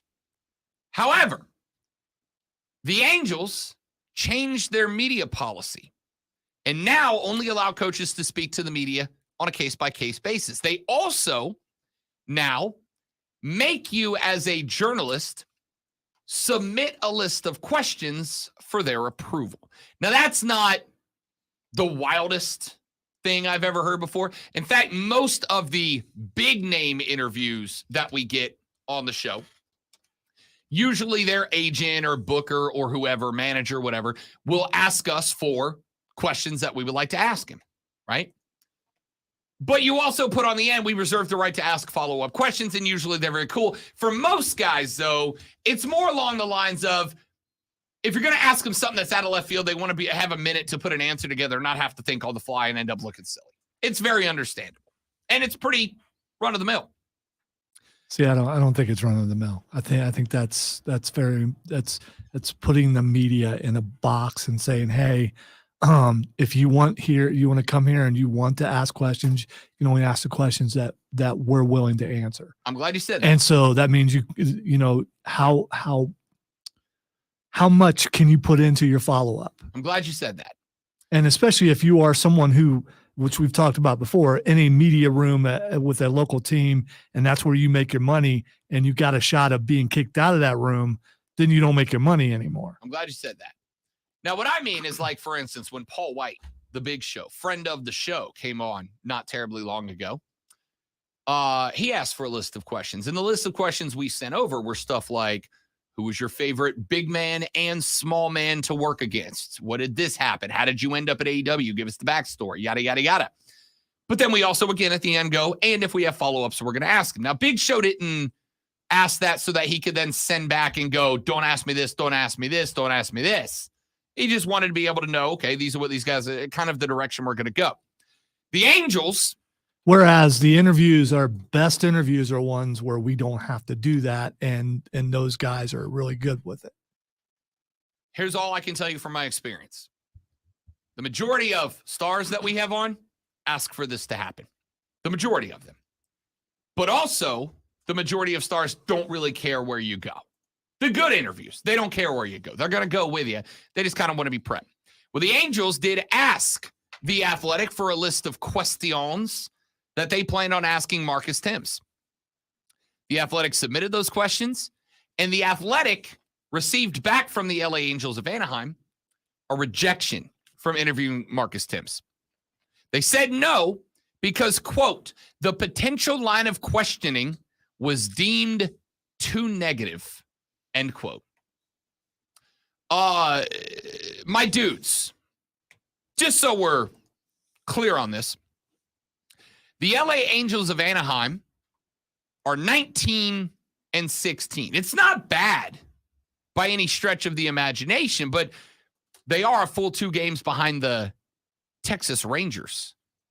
And they are only a game and a half up on both the Seattle Mariners and the suddenly, shockingly 500 Houston Astros. You have got a guy that you signed for a lot of money. $37 million, Lonzo, just for this season to hit the baseball. He's not hitting the baseball. Is it too negative to ask the hitting coach, why is a guy we're paying over $37 million for a single season of baseball not hitting the ball? That is hot garbage I think from the LA Angels. of aren't Anaheim. slumps just a normal thing for baseball, though? We are 32 games deep. And the guy has 0 home runs, 0 triples, and 3 doubles. He's supposed to be the best or one of the 3 or 4 best power hitters in the game. A slump is fine. 7, 8, 9, 10, 11 games, I can understand that. This isn't a slump. This is the whole season so far. Opening day was a month and a half ago. We are 31 plus games deep in the season, and he's got no dingus, no triples, 3 doubles. That sucks. That is not $37 million a year money. It's just not. And the Angels are going, nah, you can't talk to that guy? No, you can't have a conversation to ask what's wrong? I'd be furious if I was an Angels fan. Let me take a break. My name is Rob Brown. The Corey Lonzo's at the helm. We're going to be right back after this. Got a couple more stories that I want to talk to you about. We'll get them. And then Julie Carlson, head coach of the Liberty, joins us at 11. Don't go nowhere, because the Rob Brown Show is right here on the Fan Upstate.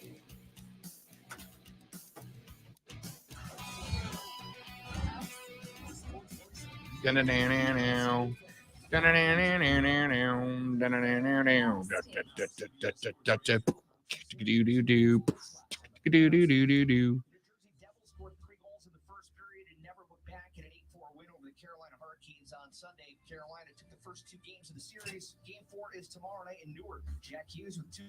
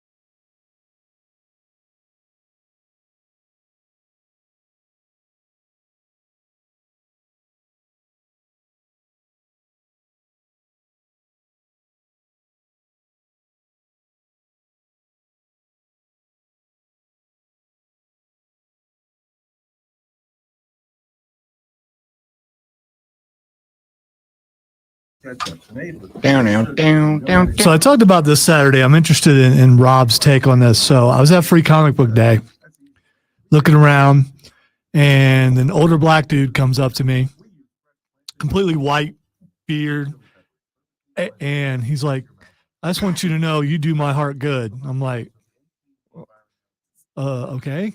And he's like, seeing someone else our age out here into all this stuff. I love it. And I was like, yeah, you're never too old for this. And I told him, I was like, yeah, I do a show on Saturday nights. We talk about all this. He's like, I just want you to know that you do my heart good. And he walked away. I love that.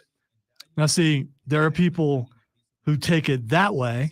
And then there are other people like my daughter and other people who right away went, oh,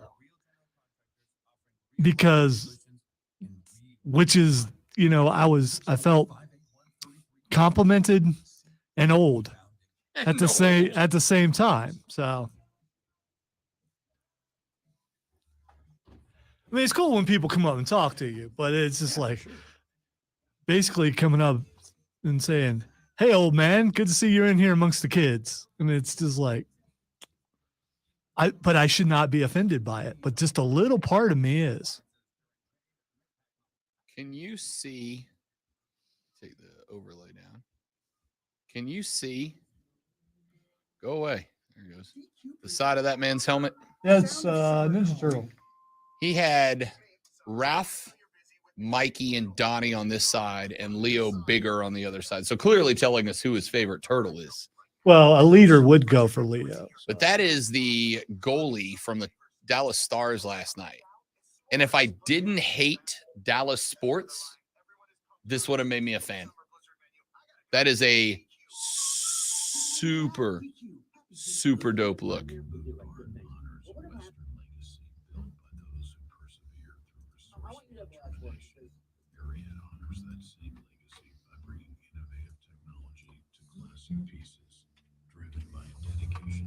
Guessing you still ain't went to see Guardians yet. You need to go see it.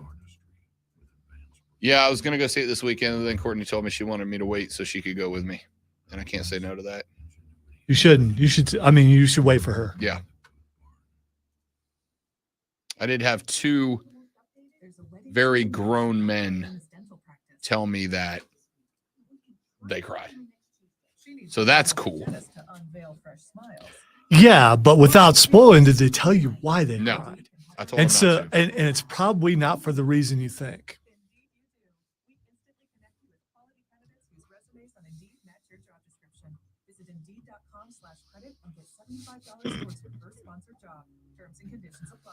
From the Ingalls Market Studio, the Upstate, 97.7 FM Greenville, 97.1 FM Spartanburg. from the freelancing Getting the game on the progress.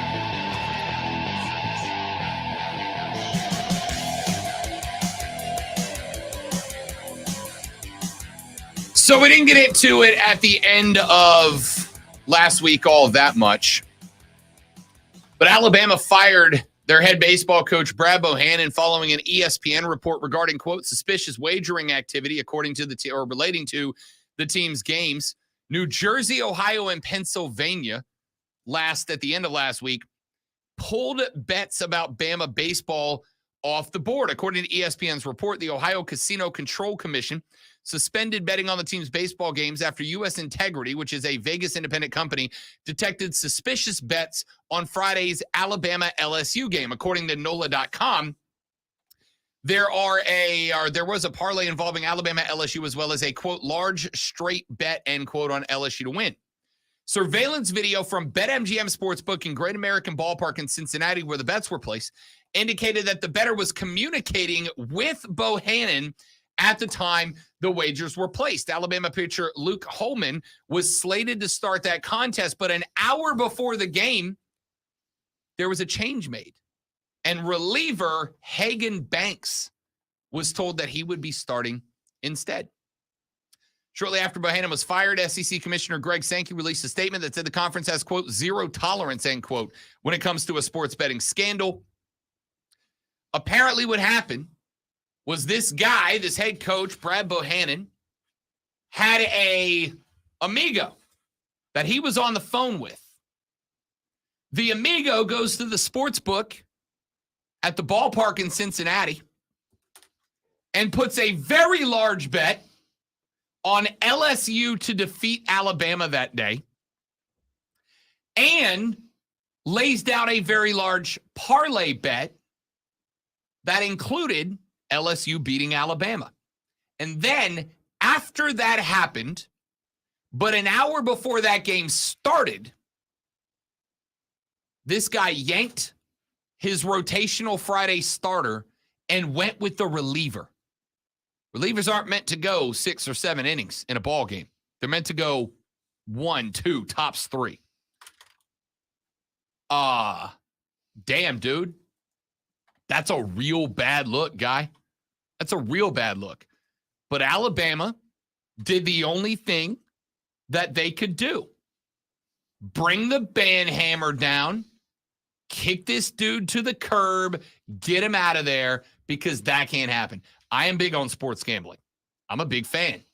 I do it. I host a show about it. I got no issue with it. But this can't happen. And it has to be known that A, you will be caught, and B, you will be terminated. And the next step, I'm curious to see if they ever go. Could Alabama sue this guy for intentionally attempting to cost them a game and causing harm? Maybe. Find out. When we come back, ladies and gentlemen, head coach of the Greenville Liberty, Julie Carlson, joins us on the show. We talk a little Liberty football, and you guys live on the stream at facebook.com/thefanupstate or on YouTube will get to see the kit for the very first time. We do that next on the Rob Brown Show. Ladies and gentlemen, this is the Fan Upstate. All right, quick thing before you go out there. Some problem we're having is they're not very loud usually, and you're turning your head that way. Okay. So when you turn your head that way, I'm picking you up on 3 mics. I will, A, lower my volume. I will be cognizant of that. B, I will tell them to speak up. Okay. All right. Those of you that are on the stream that are joining us for the kit reveal, first off, welcome. We're glad to have you. Hope you're entertained. Stick around. We do this 3 hours every weekday. Second, I got to run downstairs and grab Coach. So if you guys will stay right here, we'll be back in just a couple of minutes, and you guys will get your first look at the kit. We're back after this. Don't go anywhere. My bad. I thought you already muted it. I would.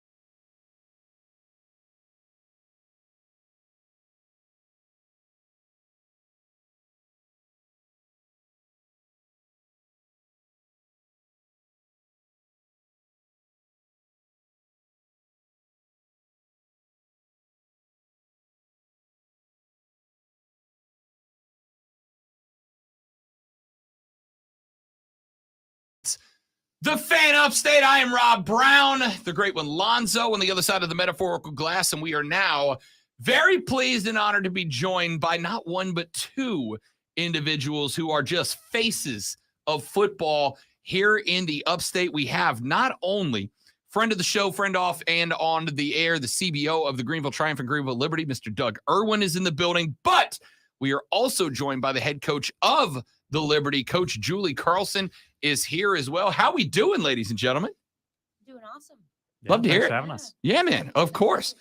And of course, we're here for a couple of reasons. First off is match day numero uno for the Liberty, just a handful of days away. And B, the new kits are in. And we're going to show them to you in just a couple of minutes. So if you're joining us on the stream here for that, stay tuned. But I will say this. They're sick. We think they turned out pretty well. They're We're so excited, good. for sure. Very excited. They're so Coach, let me ask you this before we get into soccer. I'm a believer in look good, feel good, play good, win good. I think like a well put together power suit can change your attitude and that can change your performance. As an athlete and as a coach, do you subscribe to that theory? Absolutely. Absolutely. Looking Yeah. good's half the battle, man. Of course it is. Yep. And when we did some photography yesterday with the girls getting to see it, they were super pumped. They get their diva on a little bit. They got their diva on. I love it. For sure. I love it. Cannot wait. Game number 1, the 12th, going to be at home, Furman Paladin Stadium, where the Triumph are playing. And Doug, let me start with this because we're a couple of games deep in the Triumph season. We get the girls started off in the USLW League here in just a little while. How's it been? I mean, I know it was a challenge this offseason, not just to have to figure it out. And I think Furman did a wonderful job. You guys did a wonderful job to put this partnership together. But at the same time, you guys have a whole new match day experience that as an administrative team, you guys have to come up with what does match day look like? Where are cars going to park? Where is this in the merch? And where is that? How's that been for you guys so far? A few games deep into the Liberty and getting ready, or into the Triumph and getting ready for the Liberty. You know, it's been quite the race the past couple months, and I feel like it's a great time for it. But I feel like we're starting to kind of settle in to what all those new processes are. Liberty already have some familiarity with being out at Furman, training there last year, so that gives them a leg up. But as far as a match day experience, it's gone really well. There's been a ton of work behind the scenes. Furman's administration and our team working on getting things ready, and it took a couple matches to, I think, get to a point where we know kind of what we're doing on a game day and stuff. But the fan feedback has been awesome. We've been really pleased to know that fans are having a good time out at Furman and are enjoying a lot of the amenities that maybe we didn't have at Legacy. So we're excited, and now we get a real test this weekend with a back-to-back with the Liberty home opener on Friday night and then a Triumph match on Saturday night. Coach, he mentioned you guys have trained there in the past, but it is a new pitch. It is a new size. It's a new feel. How quickly have the girls taken to that? Some of them from last year's team having that experience, and how comfortable are we looking forward to Friday night? I think we're looking really comfortable. I mean, the group that we have here currently has come out of the blocks pretty fast. I've actually had to get them to slow down the game a little bit. Obviously moving from grass to turf is always a little bit of adjustment, but the facilities there have been so well kept that it makes it for an easy transition because the turf does roll fast. And this particular field at Paladin will be a little bit larger.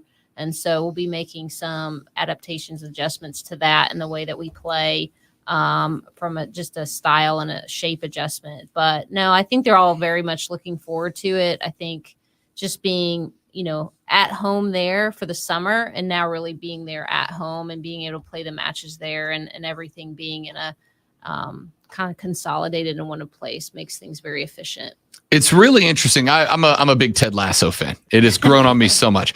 One of my favorite scenes is when they go to Wembley to play their first big time match, and Ted's like, "Well, it's a soccer pitch, boys. They're all the same size."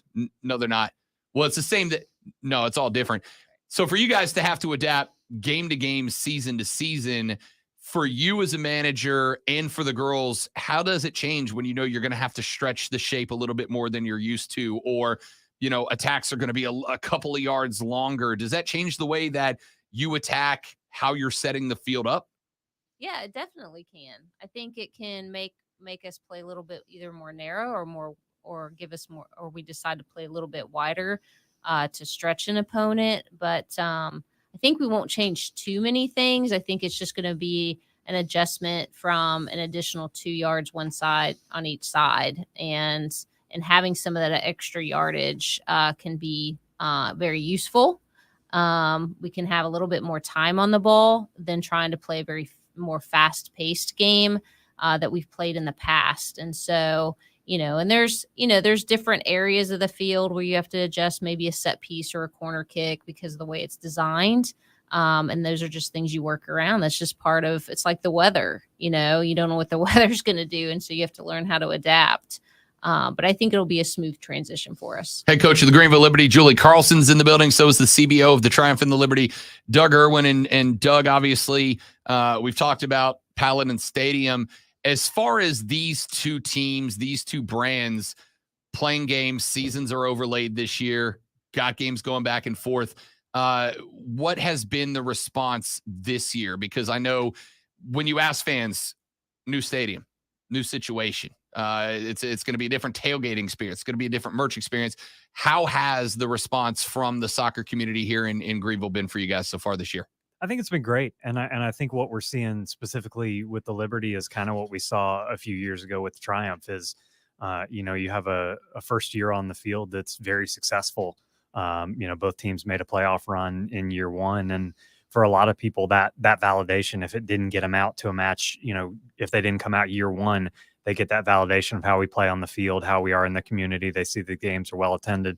They want to come out year two. So I think we're going to see a bump in interest for the Liberty year two, similar to what we saw on the men's side, which is great. And I think as we continue on into this season, as you see Furman continue to build more people to come out, I think our crowd numbers increased each.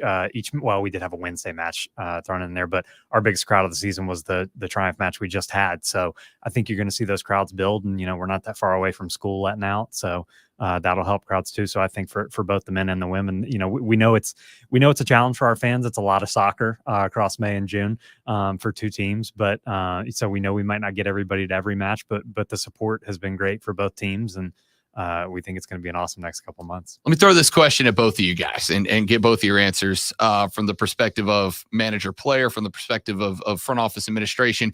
I've been making the argument for a while. When people start talking about soccer communities, we hear Portland and we hear Austin and we hear New York with the going back to the Cosmos days. I've made the argument for a while. Carolina's both of them really very quickly becoming a soccer community. Charlotte FC sprang up in the MLS and expansion team, had success right out of the gate. Clemson wins the men's national championship a couple of seasons ago. Chelsea and Wrexham, two of the most recognizable names. Wrexham because of the Welcome to Wrexham show and the celebrity status. Chelsea just being a longtime EPL team, picked the Carolinas to play an FC Cup exhibition here. It feels to me, especially with the success of the Independence, the Liberty, the Triumph, Charleston Battery, there's pro teams springing up across the state that are all well attended. How have you guys felt the impact of the Carolinas? It feels like to me really embracing soccer across the entire two-state region. Well, I think, to comment on that, I think the youth side of the upstate has significantly grown. And, plus you have, our Hispanic population has grown and the interest level has grown because it's a sport so many people can play and so many people can, invest in. And I think the nature of the community in the upstate is grown up with soccer. They've grown up with soccer on TV, not like when I was growing up, you could barely find it. Now you can find it on every channel, every streaming, Peacock, and there's so much more availability to watch the game, to where when you move into a state, people are like, well, which college do you follow? Who's your team? Now it's which pro team do you follow? And so I think we have a youth platform and we have an international platform here in the upstate that really embrace our sport. And, we've seen the women's side obviously growing at a phenomenal rate in the last 5 years. And I think that's where we're starting to see the growth and the, resonate here, where our sport can really take off. And there's the love of the game and the passion behind the game. And I just think the fan base is just continuing to grow and embrace us. Yeah, and I think, going back to when we started the men's side, Atlanta United was such a driver for that, seeing the success they had from day one. gave us a lot of confidence. And then on the women's side too, I mean, you look at the Courage and what they've done historically, you know, in the NWSL being one of the most popular women's teams. So you add on what Julie talked about at the collegiate level, at the youth level, and the pro success we're seeing now. And, you know, certainly Atlanta and Charlotte being right between the two. And now that Charlotte's got an MLS team, seeing that, I think the future is bright. And as you mentioned, we're all Wrexham fans now to some extent, it seems. And, you know, the Leeds documentary, all the All or Nothing documentaries, you know, for people that can't get enough of it, they just get fed with more and they start talking about it to people near them, and to see it build has just been awesome. We, Doug, you're an F1 guy. We've talked about it a little bit. I thought Netflix, when they dropped the F1 season documentary down, all of the sudden I have friends who I had never heard talk racing before that are waking up at 4 a.m. on Wednesday mornings to watch F1 races in Melbourne, Australia and stuff like that. To me, like, providing content and providing quality stuff is great. And that includes not just access, which I told Doug before we came on the air. I've never worked with a professional team, and this includes a lot of regions that do as much as the Triumph and the Liberty do to be forward-facing with the community and constantly interacting and adapting based on what is being told. But I think it's about providing that opportunity and, oh yeah, pretty good soccer, because people like to back a winner. It does make it more fun when your team's beating everybody. Coach, in your time here going into season number 2, have you felt that with the success you guys had last year, with the forward-facing mindset that the organization is taking, have you felt a sense of increased interest both in your team and in women's soccer here in the upstate? And do you think you would credit some of it to that? Oh, absolutely. I would credit it to that. I think, you know, our front office staff just has done such a fabulous job of marketing the Liberty. I think we really did a great job last year setting a stage on what this was supposed to look like in the W League as a role model program, and trying to get, you know, some of the best players on a new platform. And it's evolved. You know, now we've gone from 44 teams to 65 teams this summer, and people have utilized kind of what we've done as a kind of piggybacking off of what we've done as a model program, bringing in youth, preparing for college players to have to exit early to report back, and then having a youth academy or youth elite players prepared to come in and train in this environment as part of the development of the league. And so I embrace the fact that the female athlete here, soccer player in this upstate, is now, you know, you hear the 12 and 13-year-olds that are aspiring to want to play for the Liberty. And these are the kids that come with their faces painted, that are buying jerseys, that are having our players sign autographs with.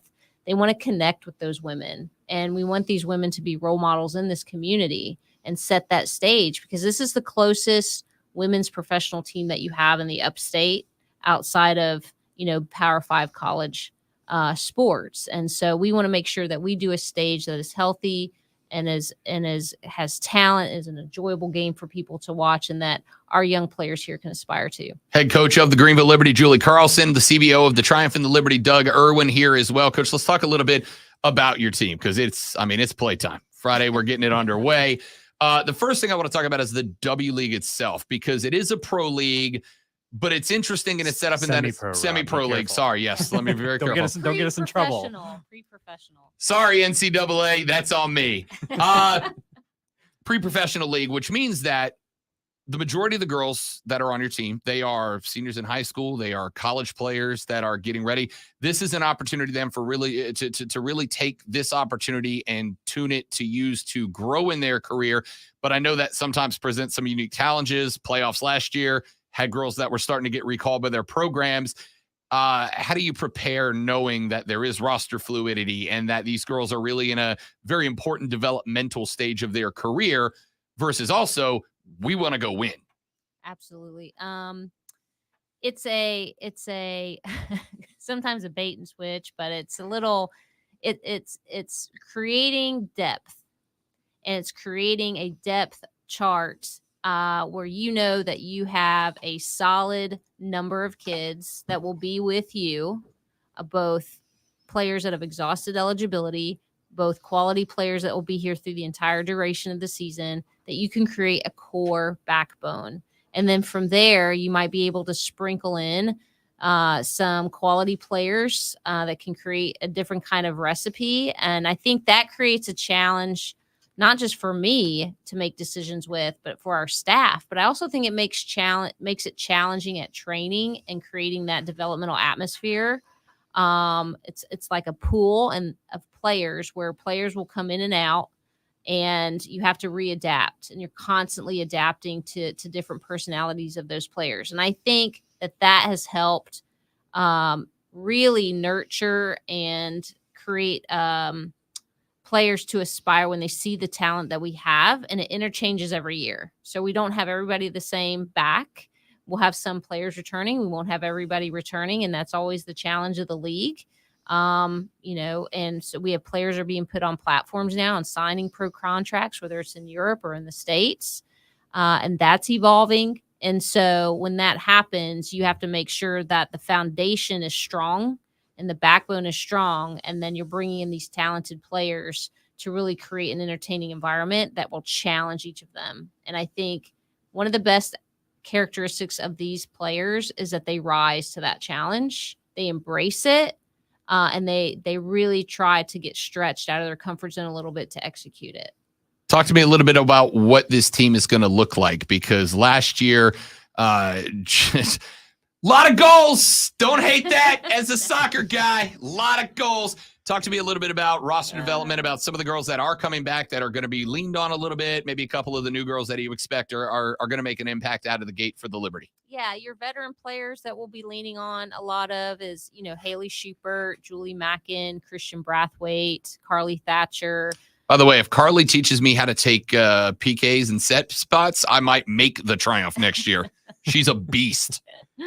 She's a talented little player for sure, and she really built some confidence before she went back to Auburn.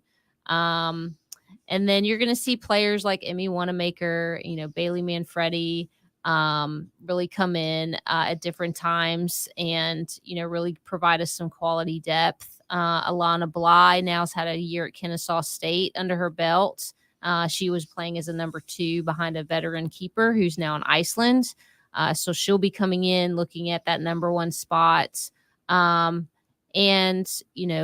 had dabbled a little bit late in the season where we were able to pick up Autumn Kelly after CISA ECNL events. And, you're going to see a lot more of her now. She prepares to go to South Carolina. And so she'll be someone that we'll rely on for set pieces and goals.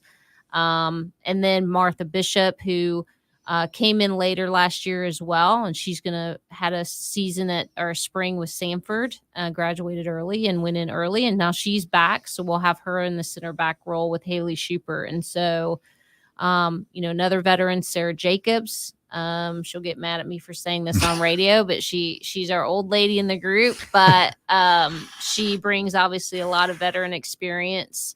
And then some new faces I think we're going to rely on a lot. Marcela Helena, she's from Brazil. She's shown us the first session she was here, how much talent she has. She will also be part of taking set pieces. And then Lauren Harks will give us some depth. We lost Caitlin Riley to nursing school, and so we're bringing in Lauren Harks playing that holding mid role. Why do I know that last name? And more importantly, is John going to get a little finicky in the bench in the spectator area this time? I don't know. He's not allowed in my technical area. So no offense, Harksy, but no, he's not allowed in my technical area. If you see one person in the opposing stands that we don't sell, that'll probably be the guy. Yeah. We'll put him up there. Harksy might wear out some pavement pacing back and forth. Yeah, I try to work the officials the way I want to talk to him the way I'd like to talk to him, I guess. But it would definitely create for some entertainment. But yeah, so his daughter's coming into play, and she'll be a huge asset. And so we have some new faces from small schools, and we have some smaller school players that are returning back that have grown a lot. And so, Alexa Fight from North Greenville. And so I think you're going to see some new faces. I think you're going to see some new names. I still think you're going to see goals.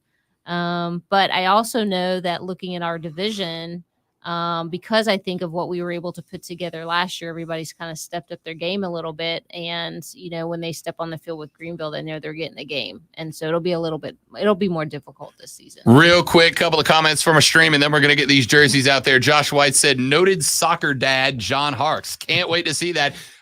Keegan asked if you would elaborate a little bit about what the keeper rotation is going to look like. Said super excited that Caitlin got signed.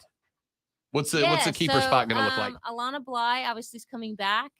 We've picked up Grace Workman, who's also a local goalkeeper who plays at Longwood. And then we've signed Georgia Katsunori. She's from Cyprus, plays at the University of Evansville. She'll be the oldest, most mature veteran goalkeeper we have. One of her strengths is her ability to manage games in the back and her communication and distribution.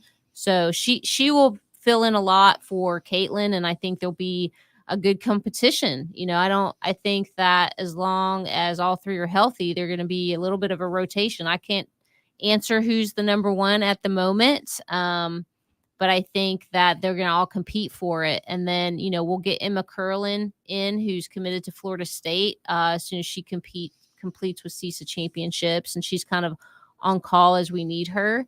But she's got her obligation with the CISA ECNL championships in San Diego. So those are our 4 goalkeepers, and Alana gets back on Tuesday from school. So we'll see how those 3 compete with each other to fight for that starting spot. And I think ideally we'd like to split halves with the 2 that are on the bench with us, but we'll see how that plays out. Competition makes everything better, baby. Absolutely. Ladies and gentlemen, I would like to go ahead and say it is time to open the bag, the 2023 Liberty kits or jerseys for those of you that were working on bringing along here. Jerseys if you won. Coach, would you like to do the honors here and give us the first look? Surprise mystery. I know. We're going to the bag, ladies. I saw it. Are you ready? Oh, I've been ready, Coach. Ready? Fire away. Go. There it is. Bringing it out. Look at it, ladies and gentlemen. The 2020. Throw it up, Dougie Fresh. Show the people. Give the people what they want. Let me move that microphone out of the way. There's your kit for this year. Absolutely dope look, dude. So, what do you think? Flowers. That's a sick shirt. Oh, I love right? it. Yeah. That's a sick shirt. Absolutely love it. That is a fantastic look. Doug, Coach did a good job putting these together for you, buddy. I did. Not bad. This was my favorite one last year, so we waited a year. Patience was worth it. It is a virtue, and it was worth it with the flower design in the background. Doug, when, because I've already got people in the stream saying they're waiting, when can folks start picking these up, big fella? They should be getting put out on hangers first thing this afternoon in the team store downtown. We're super excited about this. As Julie mentioned, we had talked about the flower pattern last year and kind of wanted to wait and save it because we knew it would be such a great look. So this year we got the flower pattern. We got some yellow accents. We were kind of more light blue last year, but we got some yellow this year. Kind of a cool touch on the back. We got the Liberty team name in the font of the Liberty Theater, which is a historic venue in downtown Greenville. Can I just say, I mean to interrupt. Go ahead, please. You guys have done an incredible job with every kit you've put out for both sides so far. But it's like everyone has some nod to the community that is so good. The Lunar kit is my favorite kit, maybe any team all time. I'm a big space dork, so that makes sense. The flowers in the background with the Liberty Theater font is spectacular. The alternates last year for the Triumph with the tag of the Reedy River Riot section, the GPS coordinates was dope. You guys have done such an incredible job. No one should be shocked by how good these turned out. No one should be. We have fun with it. It's a fun process. Julie and I collaborate on this a lot. We collaborate in the office. There are lots of great ideas thrown around. It's just how do you pull them together cohesively to make a good kit? And I think we've done pretty well so far. There you have it. Coach Julie Carlson, head coach of the Greenville Liberty. Doug Irwin is the CBO for the Triumph and the Liberty. Thank you guys for coming by. Thanks for doing this with us, man. It's a great kit. And Friday night, Coach, I will be back on the call and cannot wait. Thank you so much for having us. I really appreciate it. So Friday night, everybody. Friday night at Paladin Stadium, greenvilleliberty.com. Grab your tickets. I will be there, but Doug's making me work. It's not making me work. I absolutely am doing it. Somebody's got to call all those goals, right? Might as well be me. Yeah. Somebody bring me some lozenges. Back after this, those of you that joined us for the kit reveal, thanks for coming by. You might want to stick around. We got like 30 more minutes of excellence coming your way. Thank you guys very much. Appreciate it. Thank y'all. See y'all Friday night, Paladin Stadium, as the Liberty get their season underway against FCC, and then we run it back on Saturday when Richmond visits the Greenville Triumph. We are back after this on the Rob Brown Show and the Fan Upstate. Chris said, I'm walking to the shop today. He works a block away. Yeah. He'll be Hence down the there walk. soon. Yeah. All right, guys, I'm going to walk down those stairs, and we will be right back. Don't go anywhere.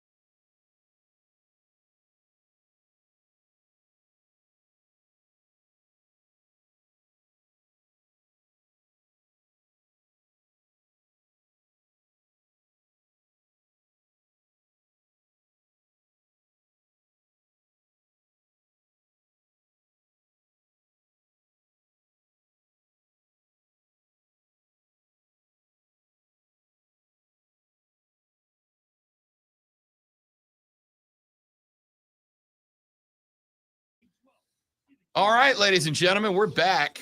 Look at the kit. It is dope, dude. The more I look at it, the more I love it. The flower pattern in the background is just a phenomenal look.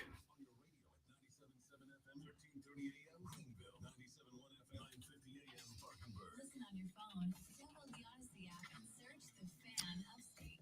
There's a whole lot more to know about sound. If you need Trey, I'm sorry I did not get a chance to ask them before they bounced, but I will text Doug and see if he can fire me back an answer and let us know.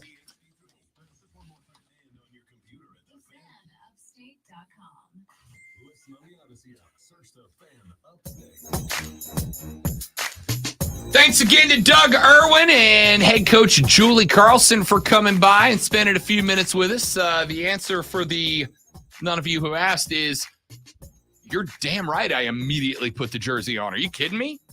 Look at this thing. This is a great uniform. This is a great shirt. So I made the change. Got the jessamine flowers on. We are good to go.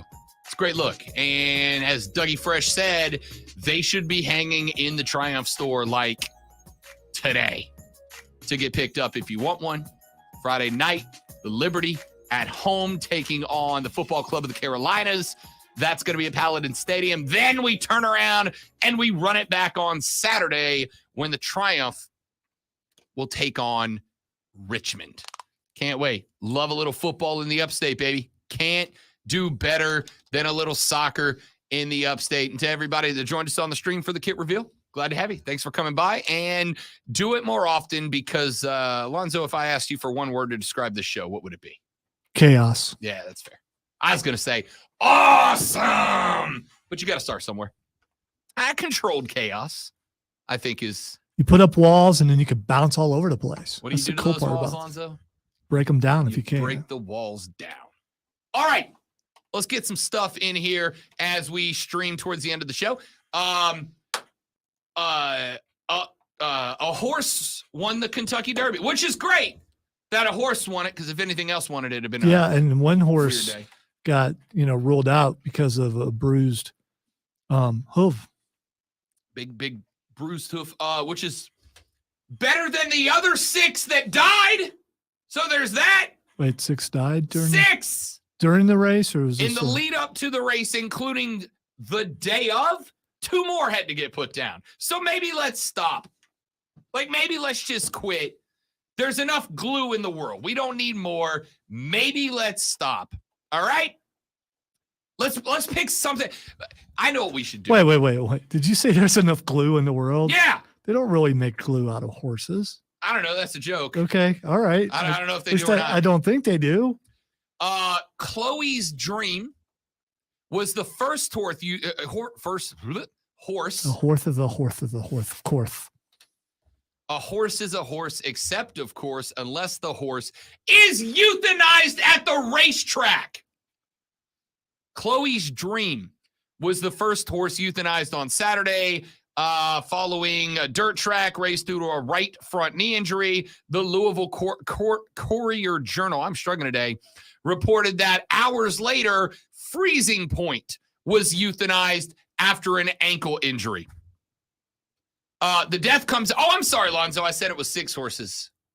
It was 7. 7 horses had to be offed due to injury for one race. Maybe let's not. Maybe just let's not.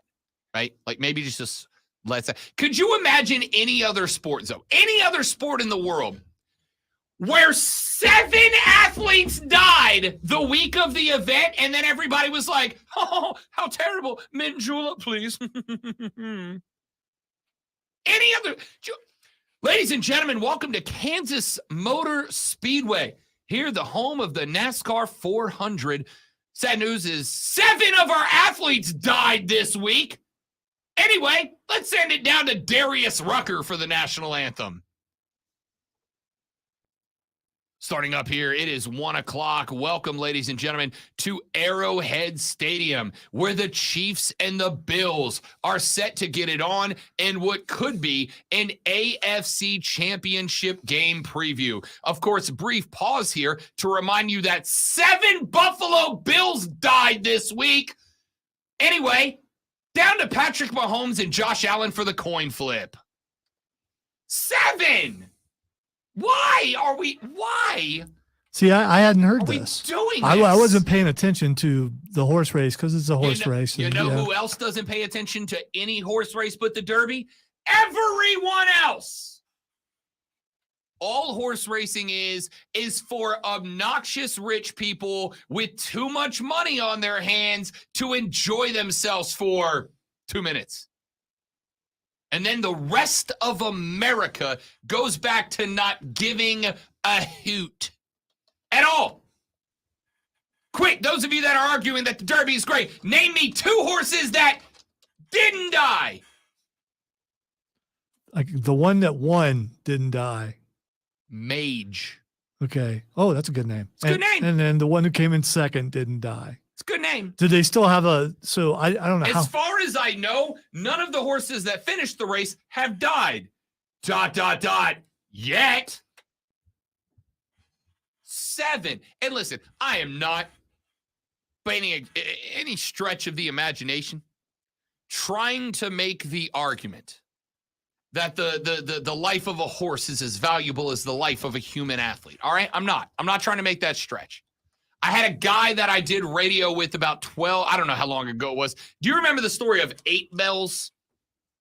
It sounds familiar. 8 Bells was a horse that injured itself on the track the week of the Derby, and they literally had to bring out a big white sheet, and they put it down on the track, just out in front of everybody. They covered it in a sheet, and then they euthanized it on the track, right? And I was working with a guy at the time who loved to pretend that he loved the Derby, right? He loved the Derby. A big Derby guy, loves the Derby. And that happened, and he comes in the next day, and he goes, this is just as sad as the day that Dale Earnhardt died.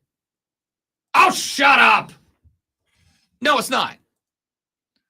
You're about to get some activist groups coming after you. The life of a horse is not as important as the life of a person. Scratch that. The life of a horse is not as important as the life of a good person. There's a couple of people I would take a horse over them. All right? But here's the point. If you can think of any other sport where this would happen, and then the show would not only go on Saturday, but the show would go on and everybody would just be totally cool. Not even reference it. Hey, Rob, you haven't mentioned what everyone was wearing Saturday. That's what, I mean, isn't that what you tune in for? Dude, listen. I didn't watch it. Okay? I didn't watch it. I don't ever watch it. Do you know why I don't watch it? Because I don't care. And I'm tired of people pretending like they do. If you want to go to a Derby party, that's fine. Do you know what other types of parties you can go to? Any of them. Let's stop propping up the Kentucky Derby like it's some great American tradition that we all love, because we don't. Ladies and gentlemen, welcome to the 2024 World Cup. We're glad to have you along today as the United States of America men's national team gets set to take on the Spanish national team. Both coaches left scrambling for lineups as 7 soccer players were found dead in their hotel last night. Anyway, the Americans are expected to run a 4-4-2. Like, what are we doing here, man? Just no. All right? Just no. I got time to get something else in here because I'm in a great mood. Great mood. Well, you look good anyway. I do look great. Look at this jersey. It's so good, right? It's not very often that I see a jersey and I'm like, that's dope. The last one that made me feel like this was a couple of years ago. You can Google it if you'd like, Lonzo. But the Minnesota Timberwolves put out a Prince tribute jersey that they wore. I seem to recall seeing that. It was nasty. I loved it. This is the first jersey in a minute that I looked at and was like, that's sick. That is sick. Does it have that New Jersey feel to it? Oh, it does. Not like from New Jersey, but a New Jersey. Yeah. No, it doesn't quite feel like that, but I get what you're saying. All right. All right. Ladies and gentlemen, The Florida Panthers are still doing the damn thing. Y'all, the Toronto Maple Leafs got a Series 1 win. And they broke the curse, question mark, I guess. Because Toronto had not been out of the first round of the Stanley Cup playoffs since Stanley was holding it. It's been like that long, all right? So they got out of the first round, and the last scene you saw in the final game of their first round series was a bunch of Toronto fans chanting, "We want Florida. We want Florida." They got Florida, ladies and gentlemen, and they are now down 0-3 to the Florida Panthers, which is what I like to call them now. Why? Because what is Florida man known for? Screwing everything up by being ridiculous and unexpected. Just Google Florida man and read like 10 articles. You will have comedy provided to you for hours upon hours of your own entertainment. The hockey team is the Florida Panthers because that's what they're doing. They were unexpected. Nobody saw this coming, and all they're doing is screwing up everything, and I am in love with it.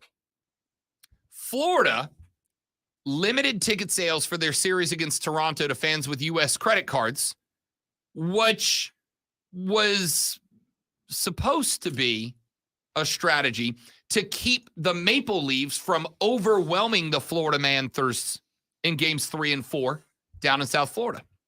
It's a pretty smart strategy. Super smart strategy. Yeah, I think so. Super smart strategy. Super smart strategy. Here's the good news. The Florida Panthers are 60 minutes of hockey away from preventing Toronto fans from being able to buy tickets to Game 5, too. Why? Because if they can win the next 6 minutes of hockey, there won't be a Game 5 back in Toronto. This thing could be swept out. Sam Reinhart scored after the Panthers found themselves down 1-0. They came level. They found themselves down 2-1. They got level. They found themselves down 3-2. They scored in the third, took it to OT, and Reinhart buried one 3-0-2 into overtime.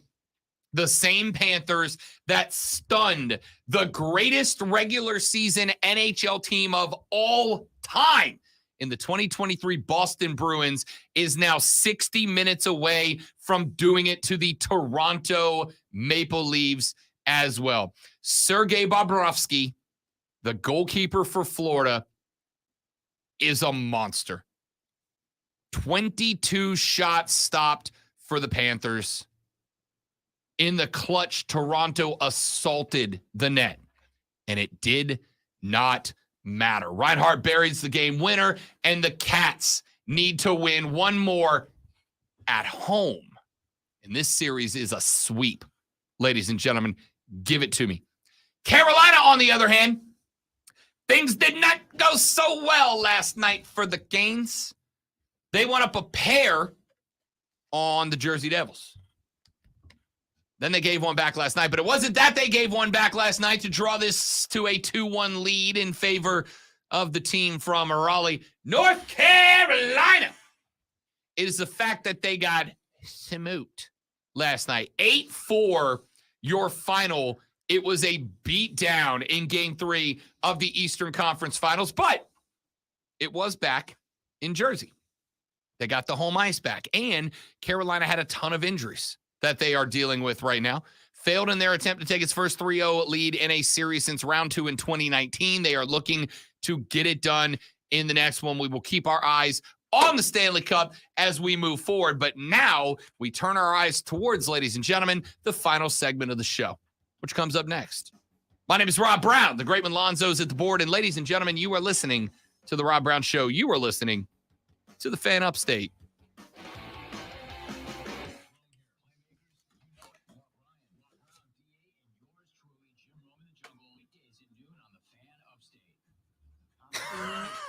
I thought I saw a peck move. It had to be accidental. There's no way you could do it on purpose. Saw 2 pecks move.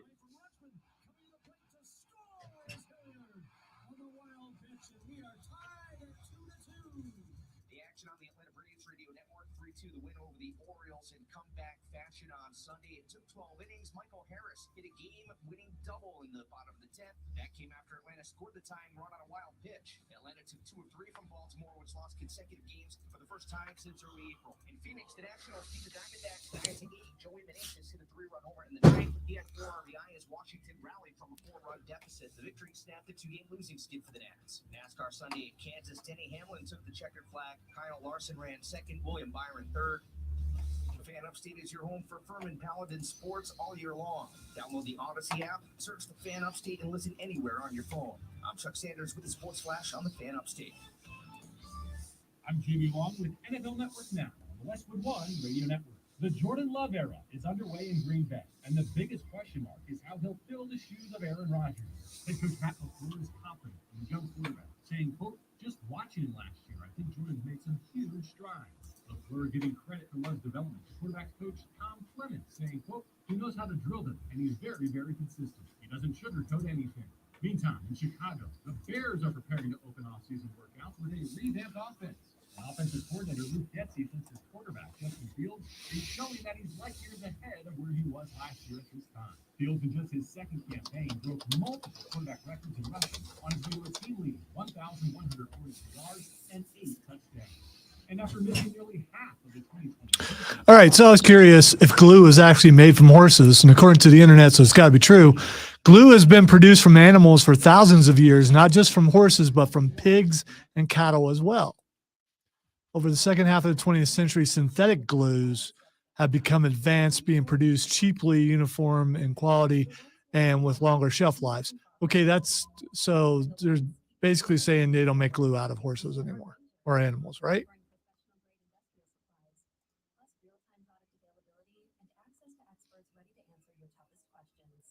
So Elmer's glue is made out of a type of thermoplastic, water, ethanol, and acetate.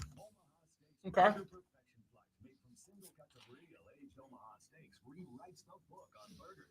They still might use the meat though, Trey. I mean, that's possible. I know when I was a kid, if something tasted tough, they said it tasted like horse meat. And I always ask, did you ever eat a horse before? A horse is a horse, except, of course, unless the horse is on your plate.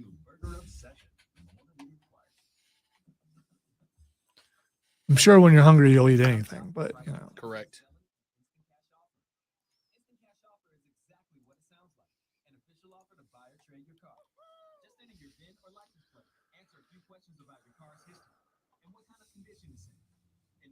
Except people. I mean, probably not doing that. I think I'll if I have to eat mice, that's okay. Not okay, but I'll do it. Squirrel, big squirrel guy. I've eaten squirrel before, so squirrel and dumplings.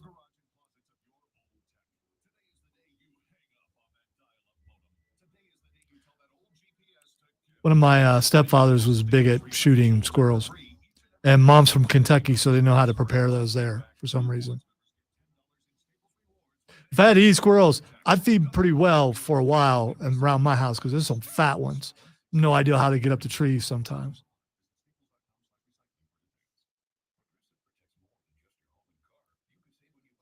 Played through a little more Redfall, and one of the main guys asked why there are no cats. And I'm just like, okay, yeah, there are no dogs either. It would make sense though that vampires would go after, animals first, I suppose. Yeah, easy prey. Still blood.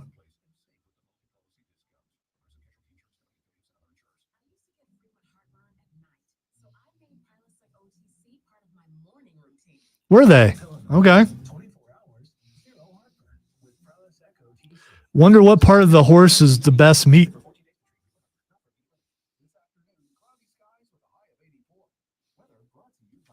I'm gonna go leg, right? I guess. Super lean. I don't. Yeah, but I mean, it's a lot of muscle. What would horse ribs look like? Be like Fred Flintstone. Probably.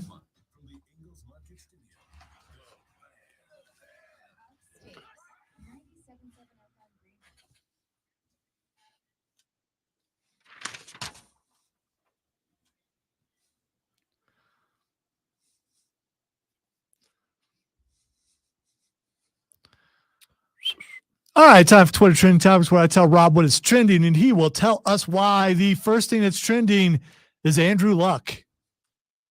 Yeah, this one's fun. So Jim Irsay, noted good decision maker in the National Football League, has said that there are rumors floating around that the Washington Commanders, also run by noted good decision maker Dan Snyder, may have reached out to Andrew Luck to try to talk him out of retirement back to the league. But Irsay, who is blind squirrel finding a nut, correct in this case, pointed out that Andrew Luck's contract is still owned by the Indianapolis Colts. And if they were to reach out to him sans permission from the Colts, it would be in direct violation of the NFL's tampering rules, which I am not a lawyer, nor did I stay in a Holiday Inn Express last night, but I believe that's actually correct, which means that Dan Snyder is like, what if I screwed the club over one more time on my way out the door? Yeah. That could be a fine and a couple of draft picks. Yeah, that's not a good move. And Andrew Luck's done playing. Let's leave him alone. Yeah. All right, the next thing that's trending is Boo Booey. Boo Booey. Yes. Boo Booey. Boo Booey. I got nothing. I just wanted to say Boo Booey because he's That's fair. trending. He's a basketball player from Northwestern who decided to take his name off the NBA draft list. Oh, okay. But it's Boo Booey. Boo Booey. Boo Booey. Boo Booey. Yeah, that's Bada Booey. Boo Booey. I don't know why it's trending. I'm guessing he's trending just because of his name. Hey, Boo Booey, Boo Booing. Yeah. Yeah, he's got to be trending because of his name. All right, the next thing is trending is The Miz. The Miz is awesome. No idea why he's trending though. There's the list of participants in the World Heavyweight Championship for the new World Heavyweight Championship in the WWE, and The Miz has the worst percentage to win the thing. He is trending as a result of that. Listen, there's two it goes. It either goes on Seth, Which is trending to be, I think it's like 92% people think he's going to win. it And either then goes on Cody's Seth or at it goes 50. on Cody. Cody's Exactly. at 50. That's how much people believe that he's going to win, that Seth's going to win that belt. Yep. It either goes on Seth or it goes on Cody, and I don't think there's another direction they can go with it. I don't see a swerve Shinsuke's here. in there. I mean, you got Don't to get me wrong.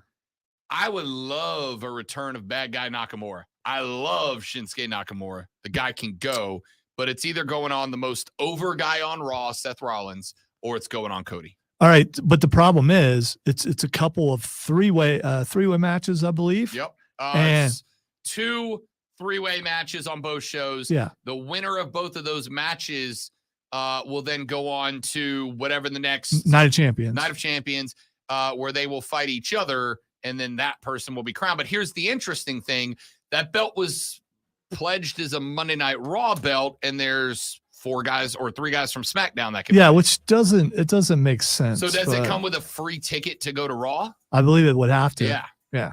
So anyway, that'll do it, ladies and gentlemen. Thanks again to Doug Irwin, CBO of the Triumph and the Liberty. Thanks again to Julie Carlson, head coach of the Liberty. Their first home game Friday night. I will be live on the play-by-play call for that. Then on Saturday, the Triumph are at home. Thank you guys for listening, for watching, for hanging out. You're all spectacular human beings. Don't drink and drive. I'll punch you in the face. He's Lonzo. I'm Rob. Have a lovely rest of your Monday. We're back here tomorrow to do it all over again, but better on the Rob Brown Show and the Fan Upstate. Later, brother.